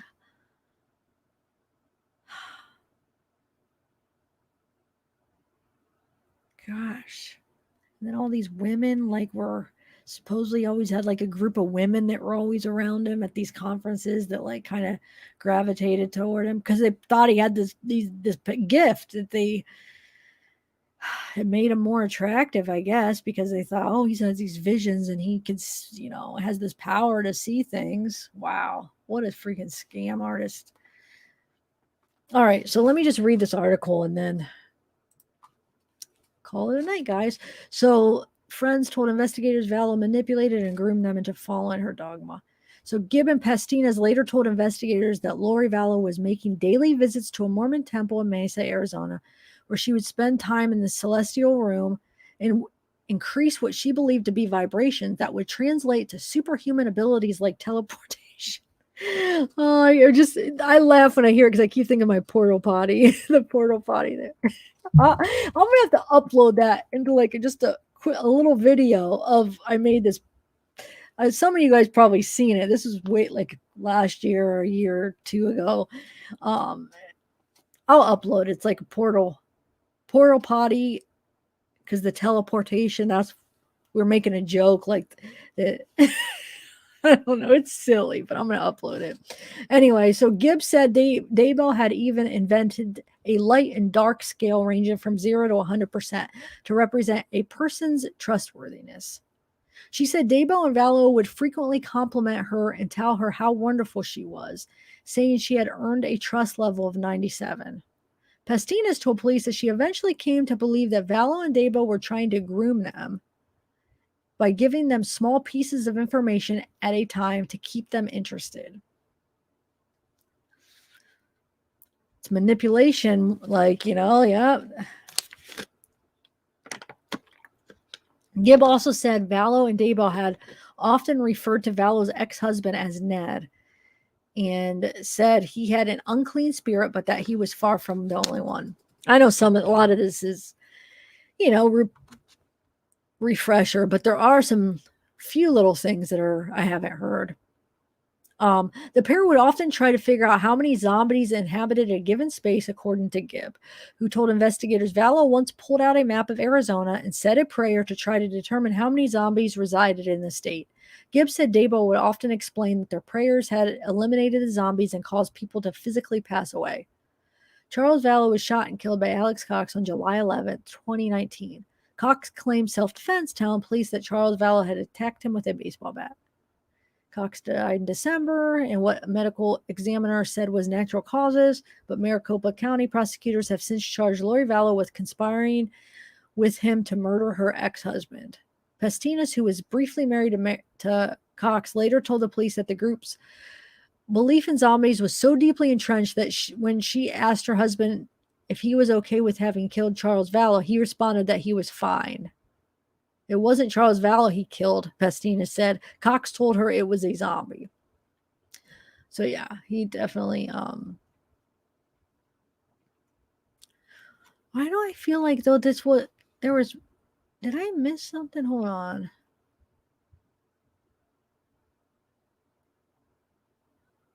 Oh yeah. That's why. Hold on a second. I didn't even read the whole thing. I was like, there's more to this. I missed some of it. That's oh, I somehow I went to the end of it and skipped the whole thing. I'm not going to read all this, but hold on. This is her descent into a wacky world of zombies, teleportation, and impending apocalypse. I'm just going to skim through it, but God, I was like, wait a minute, I remembered more. So a friend of Lori Vallow recalled to police the moment the infamous doomsday cult mom said she had sex with a zombie twice. Vallow had been explaining to Zulema Pastinas, a member of her and a apocalyptic novelist Chad Daybell's inner circle, that her then husband would soon pass away. In fact, he had already died, Vallow said, and within 2 minutes an entity had taken over his body. Vallow explained to Pastinas that she'd inadvertently had sex with her husband, who she believed was now a zombie. Zulema was not sure what to believe about this zombie talk. It was new to her, but she could not discard it, police documents said. Like many things she did not understand, she would put it on a shelf and get more information later to make a decision.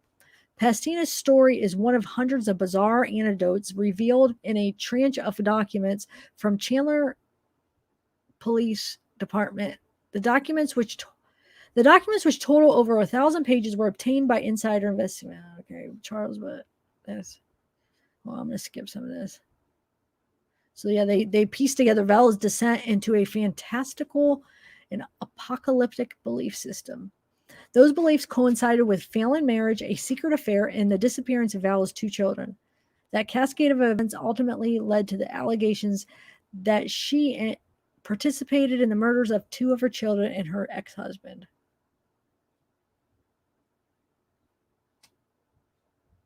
Yeah, this is just, we know this. Okay.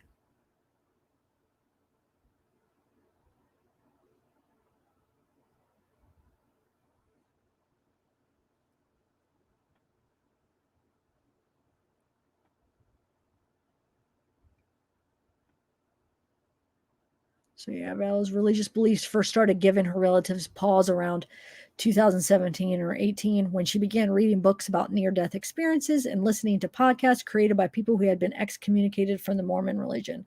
Her brother Adam Cox later told investigators. Her new interest coincided with her introduction to Daybell, an author who appeared to first enter her life around 2018 while she was still married to her ex-husband, according to an iCloud account cited by Chandler Police. Authorities later found a number of audio files and countless text messages revealing that Daybell believed he was a visionary after he jumped off a 60-foot cliff and survived. Eventually, Daybell and Vala would claim that he had been married in a previous life and were meant to be together again, according to the documents. The pair eventually came to believe that they had extraordinary abilities, including teleportation, the ability to harm others, and the ability to call up natural disasters. We know that she believes she was an exalted goddess with visionary capabilities and had been tapped alongside Daybell to lead the 144,000 people who would survive when the world ended in July 2020, which it didn't. Vala and her siblings grew up Mormon, but she caused a rift in the family when she began saying some really strange things about the religion. Adam Cox told investigators. He said his sister would talk about speaking directly to Jesus, saying she had a higher priesthood than others, and proclaiming she was married to the Mormon figure Moroni at the time she was actually married to Charles Vallow. Most alarming, Adam Cox said, was his sister's insistence that Charles Vallow was dead and a man named Ned Schneider was living there. Okay, so we already got that. And then he said Alex got sucked into Lori's ideas. Adam told police he suggested that his sister see a psychiatrist, but their parents said that even if Lori Vallow seemed disconnected from reality, she wasn't hurting anyone. Yeah, this is all in the video we're going to, not today, but maybe in a couple of days we'll listen to it. The whatchamacallit, the interview with Adam. I still want to do that. I haven't done that one. So I'm the only one brave enough and loves you enough to call you on this BS, which is all it is, Charles Vallow texted his wife in 2019. You asked me if it ever hurt anyone, and the answer is hell yes. Just look around you. Charles told his wife she was destroying people's lives with her bizarre beliefs.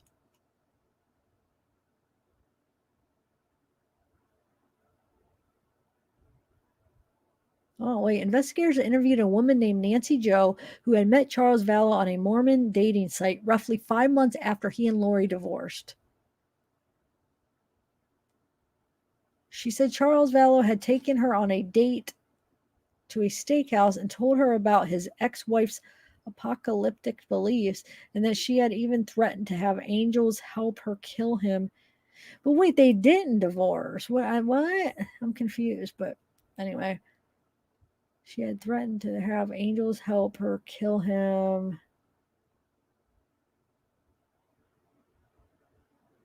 If he interfered in her plans. Angels help kill him? I mean, what?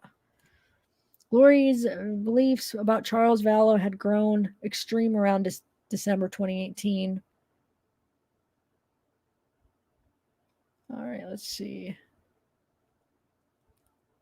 Wait, they did divorce? I thought she talked him out of it. They were going to, and then he whatever, where they went back on it. Remember? Am I remembering that right? Where then he changed it, he reversed it? Or am I just like, wow? Remind me, guys. Isn't that what happened?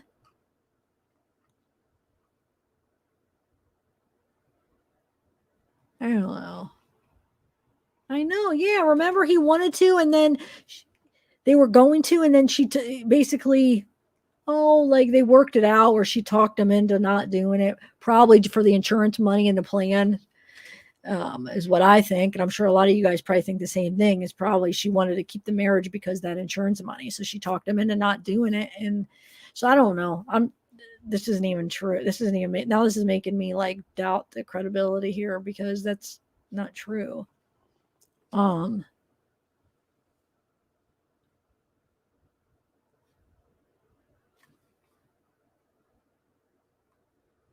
That's what I'm saying. That's why Janine, that's what I just read. That's what I was like, wait, they didn't divorce. That's what I just got done reading. And I'm like, wait a minute. No, that's not right.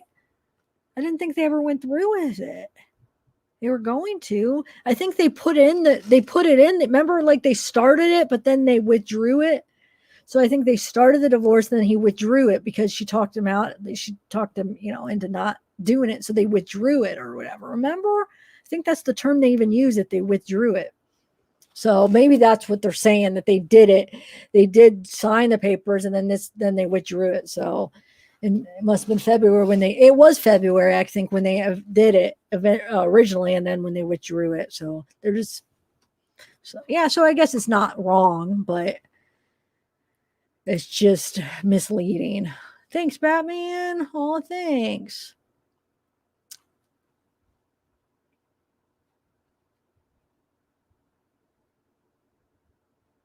Oh, wait. So this is okay. So hold on one second. So this is a thing from I don't think I've seen this, where Charles wrote, along with her affair, Daybell was a central source of conflict between the former couple. Okay. Okay, so I don't enjoy fighting with you, but you need to be stopped from destroying so many more lives than you already have with your whacked out delusions, Charles Vallis said in one text message. You made our beautiful gospel a thing of horror. That will stop. Just take care of JJ till you get out where you belong.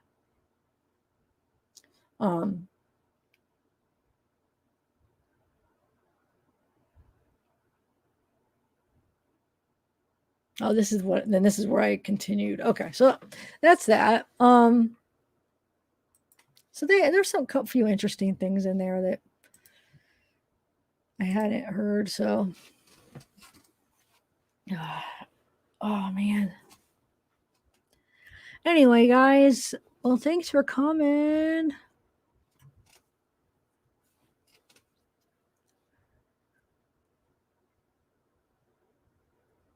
Yep, exactly. You are correct. That's why she talked him into like, no, we're not.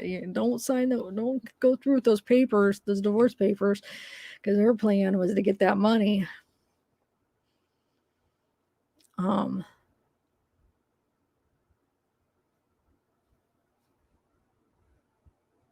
Anyway, all right, guys. Well, I think I am going to end this. Do not go through with yours. Yeah.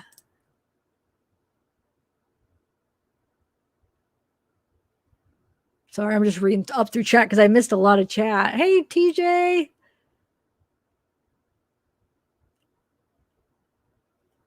Who else did I miss? Catherine. Who else in the house?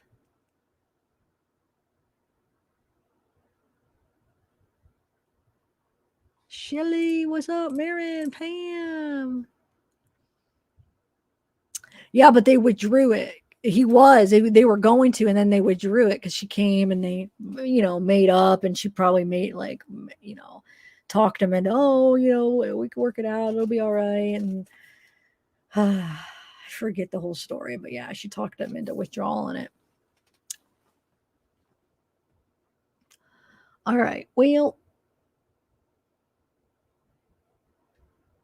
man, now I hope people continued watching. Hopefully people didn't leave and then take that misinformation of them getting a divorce before, like, I realized as we're going through it, wait, no, that's not true. It was withdrawal. They're wrong. Because I don't want to be part of like spreading like misinformation. So we'll say that again. No, they didn't get a divorce. I think they started the process and then he withdrew it. So I hope everybody is hearing that. But that's very misleading, that article. So somebody that that's not that familiar with the case and they're reading that, then they would think that they got a divorce. It wouldn't make sense because, oh, they got divorced in 2019. Oh, so then, so like when he was shot, they weren't married. And it was just like, it wouldn't even make sense. Yeah, they were married when he was shot. That was her husband. So like, it's just misleading. They should have like specified in the article, but they withdrew it and they didn't end up going through with it. So I'm kind of disappointed in that, the way they did that. Cause not everybody, I mean, this case has a lot of stories and a lot of information. So not everybody knows like all the specifics. So somebody's reading that, it's going to give false information. It's not true, anyway. So interesting though, guys. This is some interesting stuff, huh? That story, oh my gosh. And then what else? The funeral, his call to the funeral. And then her like freaking out about the beneficiary. I love that Charles made those threats to her. Oh my god. But it wasn't like like for her to have claimed, like, I don't know if that's what she was going to use, like, look, he was threatening me. It was obvious, if you know the whole story, it wasn't like threats like she was making it seem. She was the one having the affair, and then she's making it seem like he was having the affair. And it was threats about like breaking up the families, what she was doing, like. But I just love how he's like, your time's coming. I just, like, God, I'm glad he at least got to, at least say what he had to and like make her kind of tremble for a little bit. But then in the end, it just sucks that that happened, because oh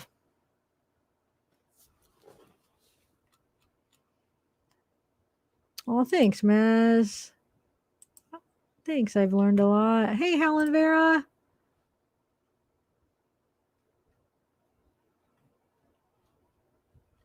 Thanks, Janine. TJ, Donna, Lori may have just divorced him. Chad wanted the money. Maybe. I mean, maybe it was Chad. Well, Lori, she liked money too, though. So who knows? They're never gonna talk like Chad and Lori. I mean, you know how like years, like, hopefully they do get convicted and they are in prison for life. But you know how they'll be interviews like, 20 years from now, doing an interview with them or whatever. I mean, you think it'll be ever to a point where they'll talk, like they'll do an interview and like talk more and tell what happened? Or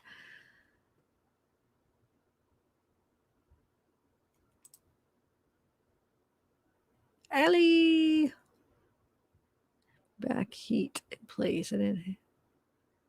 3 dogs in bed and my back heat place. Oh, that sounds like a good. I know. I feel like cuddling with Zeke. That sounds like a good thing right now. I feel like I'm.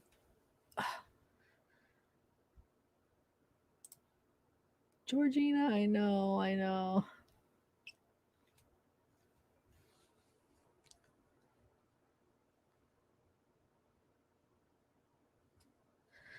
All right. Hey, General Sorrow. Batman. All right, guys. I am going to end it. What time is it? It's 10:30. Not too bad, guys. Thanks for coming. So today is what day is it today? Oh my gosh. Wait, today's Monday, right? Is today Monday? Man. Hold on. Yeah, it is Monday. Okay. Sometimes my days just blur together. Okay. So, yeah, I'll definitely be doing a couple more lives this week. So, hopefully, we'll chat and then a couple days. Probably not tomorrow, but maybe Wednesday we'll do a live. So, I still want to do, we still have a couple more listening interviews to listen to. I'm trying to get, because I want to do Adams next, but I'm trying to, because it's just audio. So I want to, the way I am, like I want to like do like put like something visual to look at when we're watching it. So I like to put pictures or like videos of, different things about the case as to look at while we're listening to audio. And then there's another audio too that's just audio. So it might, I want to get those videos together where I could add some stuff to it to make it. And then I think there's another interview where it's video, so that one. So I could think of 3 right now that we still have to listen to. So we'll have at least a couple more listening parties. I'll call them listening parties. And then we still have to go through the documents, the 2,500 pages or whatever. All those other documents that we started going through that we never finished. Oh, and then Weird Mom, she's going to be doing a reading. When are you going to do it? So you're not doing that tomorrow, Weird Mom? Or no, you're going to do it like a recorded one, right? Of the reading of this book, but she'll do like a more dramatic version where it'll be like acting, like not how I read it probably, but like more entertaining. So go check that out. She doesn't have it yet, but she's working on it. So I think are you still doing that? Or did you change your mind? I was just getting on your text. I was kind of getting confused on what, because I know you want to do the premiere. So I was a little bit confused. Yeah, I'm going to produce a video. So that's the one. Oh, okay. So the one you wanted to do, the pre-recorded, that was going to be the novel, the book, right? Okay.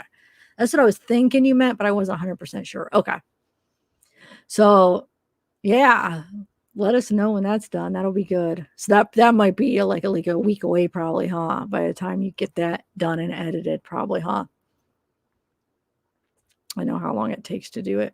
And then tomorrow you're going to do the premiere for the well, I don't want to give it away what it is, right? It's like a video you had done, but it's really interesting on a possibility of what her theory, one of her theories of what, because you know how we're all trying to figure out like what poison did they use? What did they use? Like maybe on Tammy, on Alex, what could they have used to give to them to make them die? That and trying to think of like the symptoms that they had and like the autopsy of like at least Alex's and like what could cause that. Well, she has a theory of what she thinks that they possibly could have used. So, and it actually already did the video, but she's going to redo it and like do a premiere so more people could see it. So, oh, hey, Hell's a Butterfly.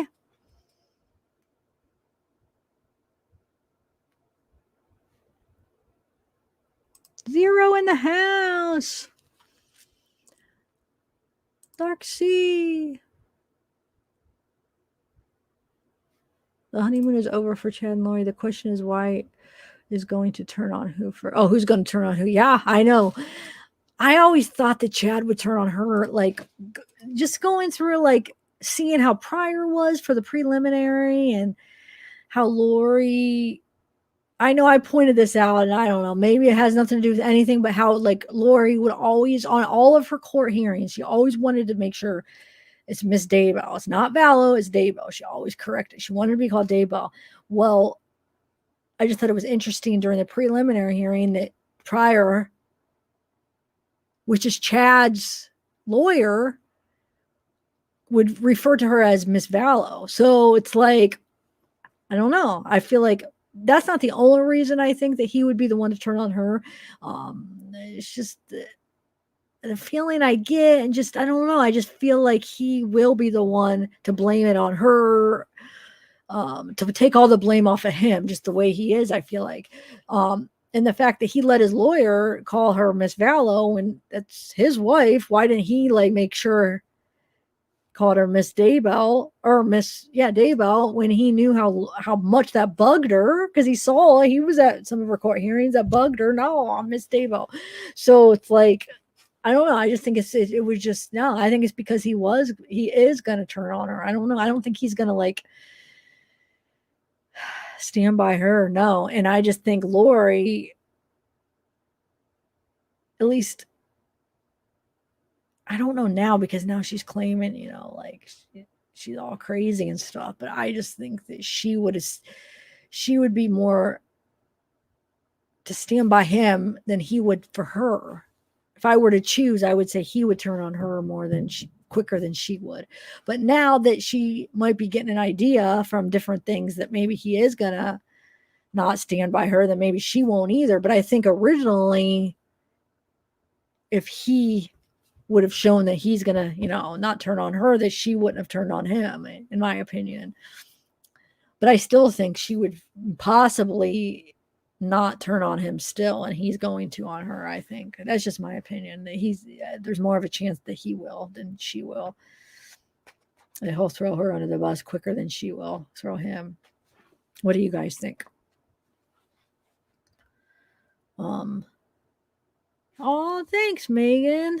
Yeah, you're in Rexburg. Wow. Have you been? Do you go by any of the sites or anything? Standing by your man right now.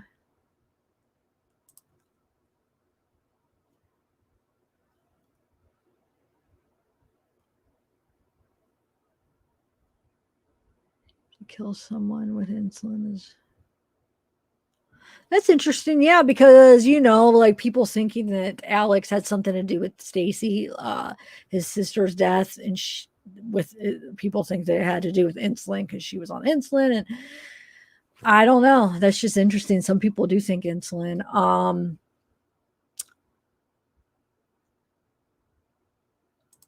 But who knows? I mean, I hope. So what would they say? Oh, they said asphyxiation for 4 Tammys. But I would like to see, because they didn't release the autopsy. This is just what Chad's daughter said that the cause of death was, right? So I would like to. I mean, once we see the whole report of Tammy's autopsy, maybe we'll be able to tell more, right? So.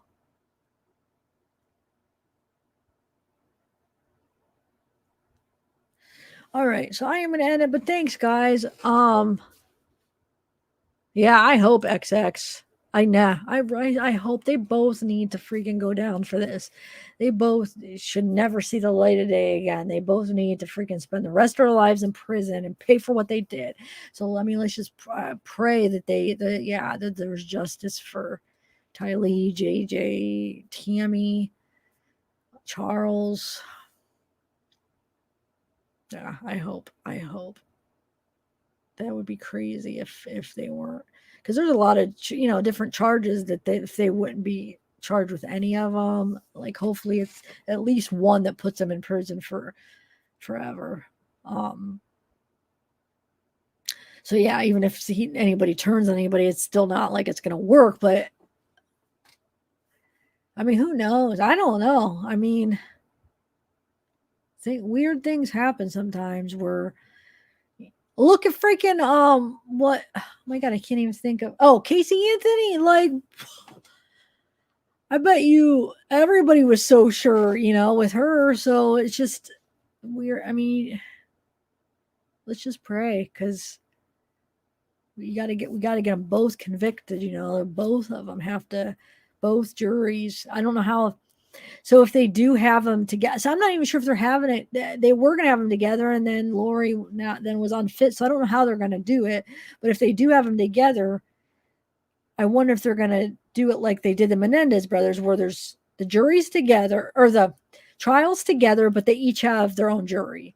So, to save money, and so you don't have to have two trials present the same evidence, they just have it together. And then sometimes there are some witnesses that will just be for a specific person. So let's say maybe there are a couple witnesses that just Chad's jury will hear.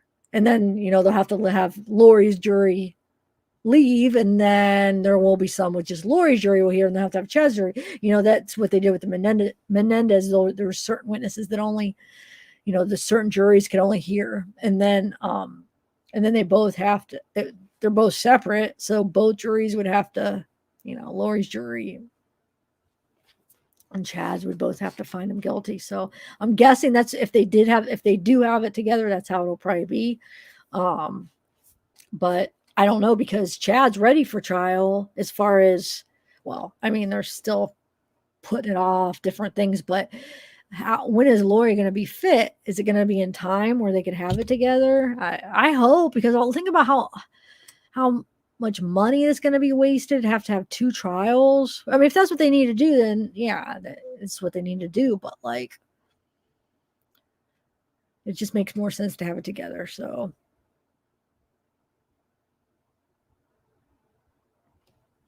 Oh yeah, definitely. And JJ poison. Yeah. Thanks for reminding me. We think, yeah. So a lot of us think that JJ, I agree. I think that they gave, excuse me. Well, I'm about to get a hiccups. That was like my start of my hiccup. Yeah, I get like that weird, and then I'll have to get my knife with my cup. When I get the hiccups, they're so loud, and my mom laughs all the time because it's so loud. Oh, maybe I'm not. Usually that's how my hiccups start. But anyway, yeah, so I do think that they gave it to Lori. So did they give the same thing to Tammy, to JJ, Tammy, and Alex? Possibly Joseph Ryan. I don't know.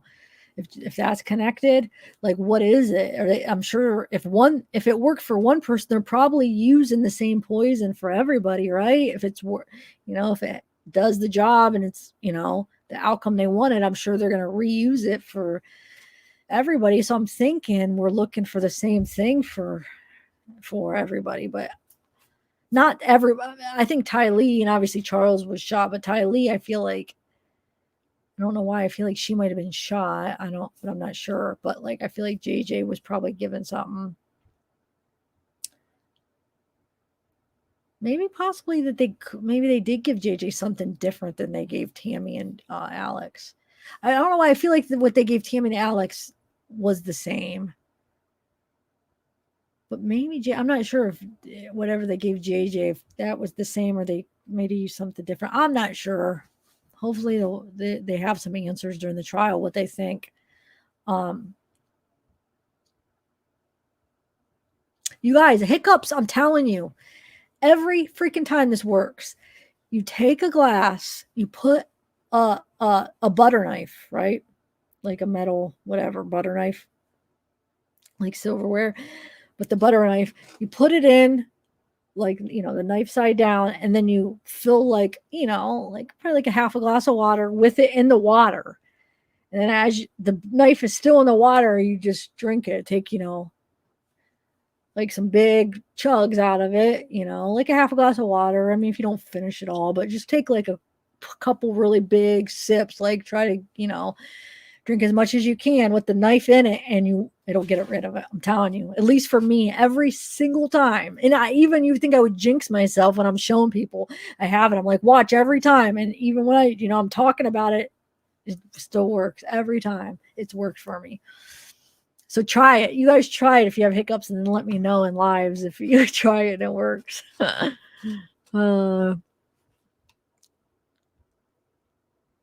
Probably because they wanted to do the self-defense, or yeah, I guess they could have done it a different way, but I think time, Chad and Lori were getting, antsy. They wanted to be together. No, but then they had to still wait for Tammy anyway. Yeah, that's true, because Tammy didn't die till, so I don't know, but they still had, well, because we think Alex tried to shoot Tammy that day, but the gun jammed or something. But I don't know. I mean, it's a good point. But maybe, I don't know. I don't have the answer, but it is a good point.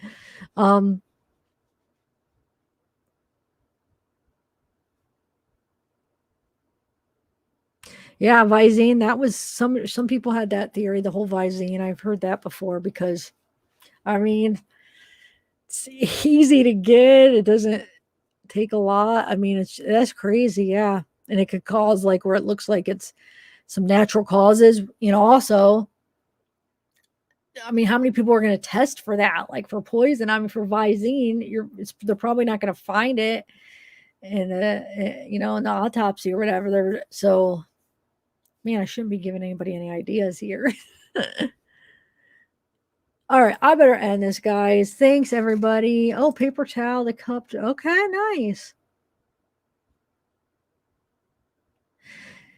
See, like I used to do that, but like that doesn't, or if I can't get I'm not around a knife and I can't do that, but like that's like hit or miss. I feel like most of the times when I try, like it doesn't work once in a great while. Like sometimes it'll feel like it makes it better. And then if you keep doing it over and over, sometimes it'll work after a while, but like it's never like a for sure thing for me, but it does it to you. So I breathe in as much as possible, hold it, and then try to get more breath in.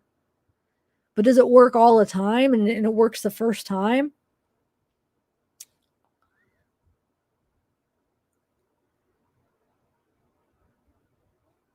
Maria.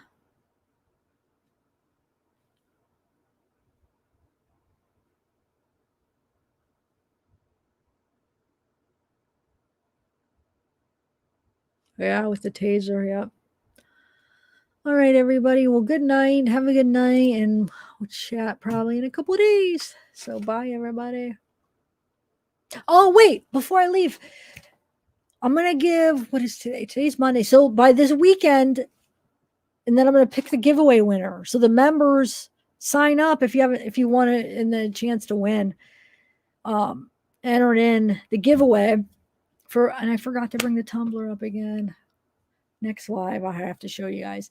But it's under the community post for members. And there's a form you just fill out if you want to be entered in the giveaway. So I'll give it till like this weekend and then I'll pick the winner. So I'll give you, like almost a week to fill out the form if you haven't yet. So, all right. Bye, everybody.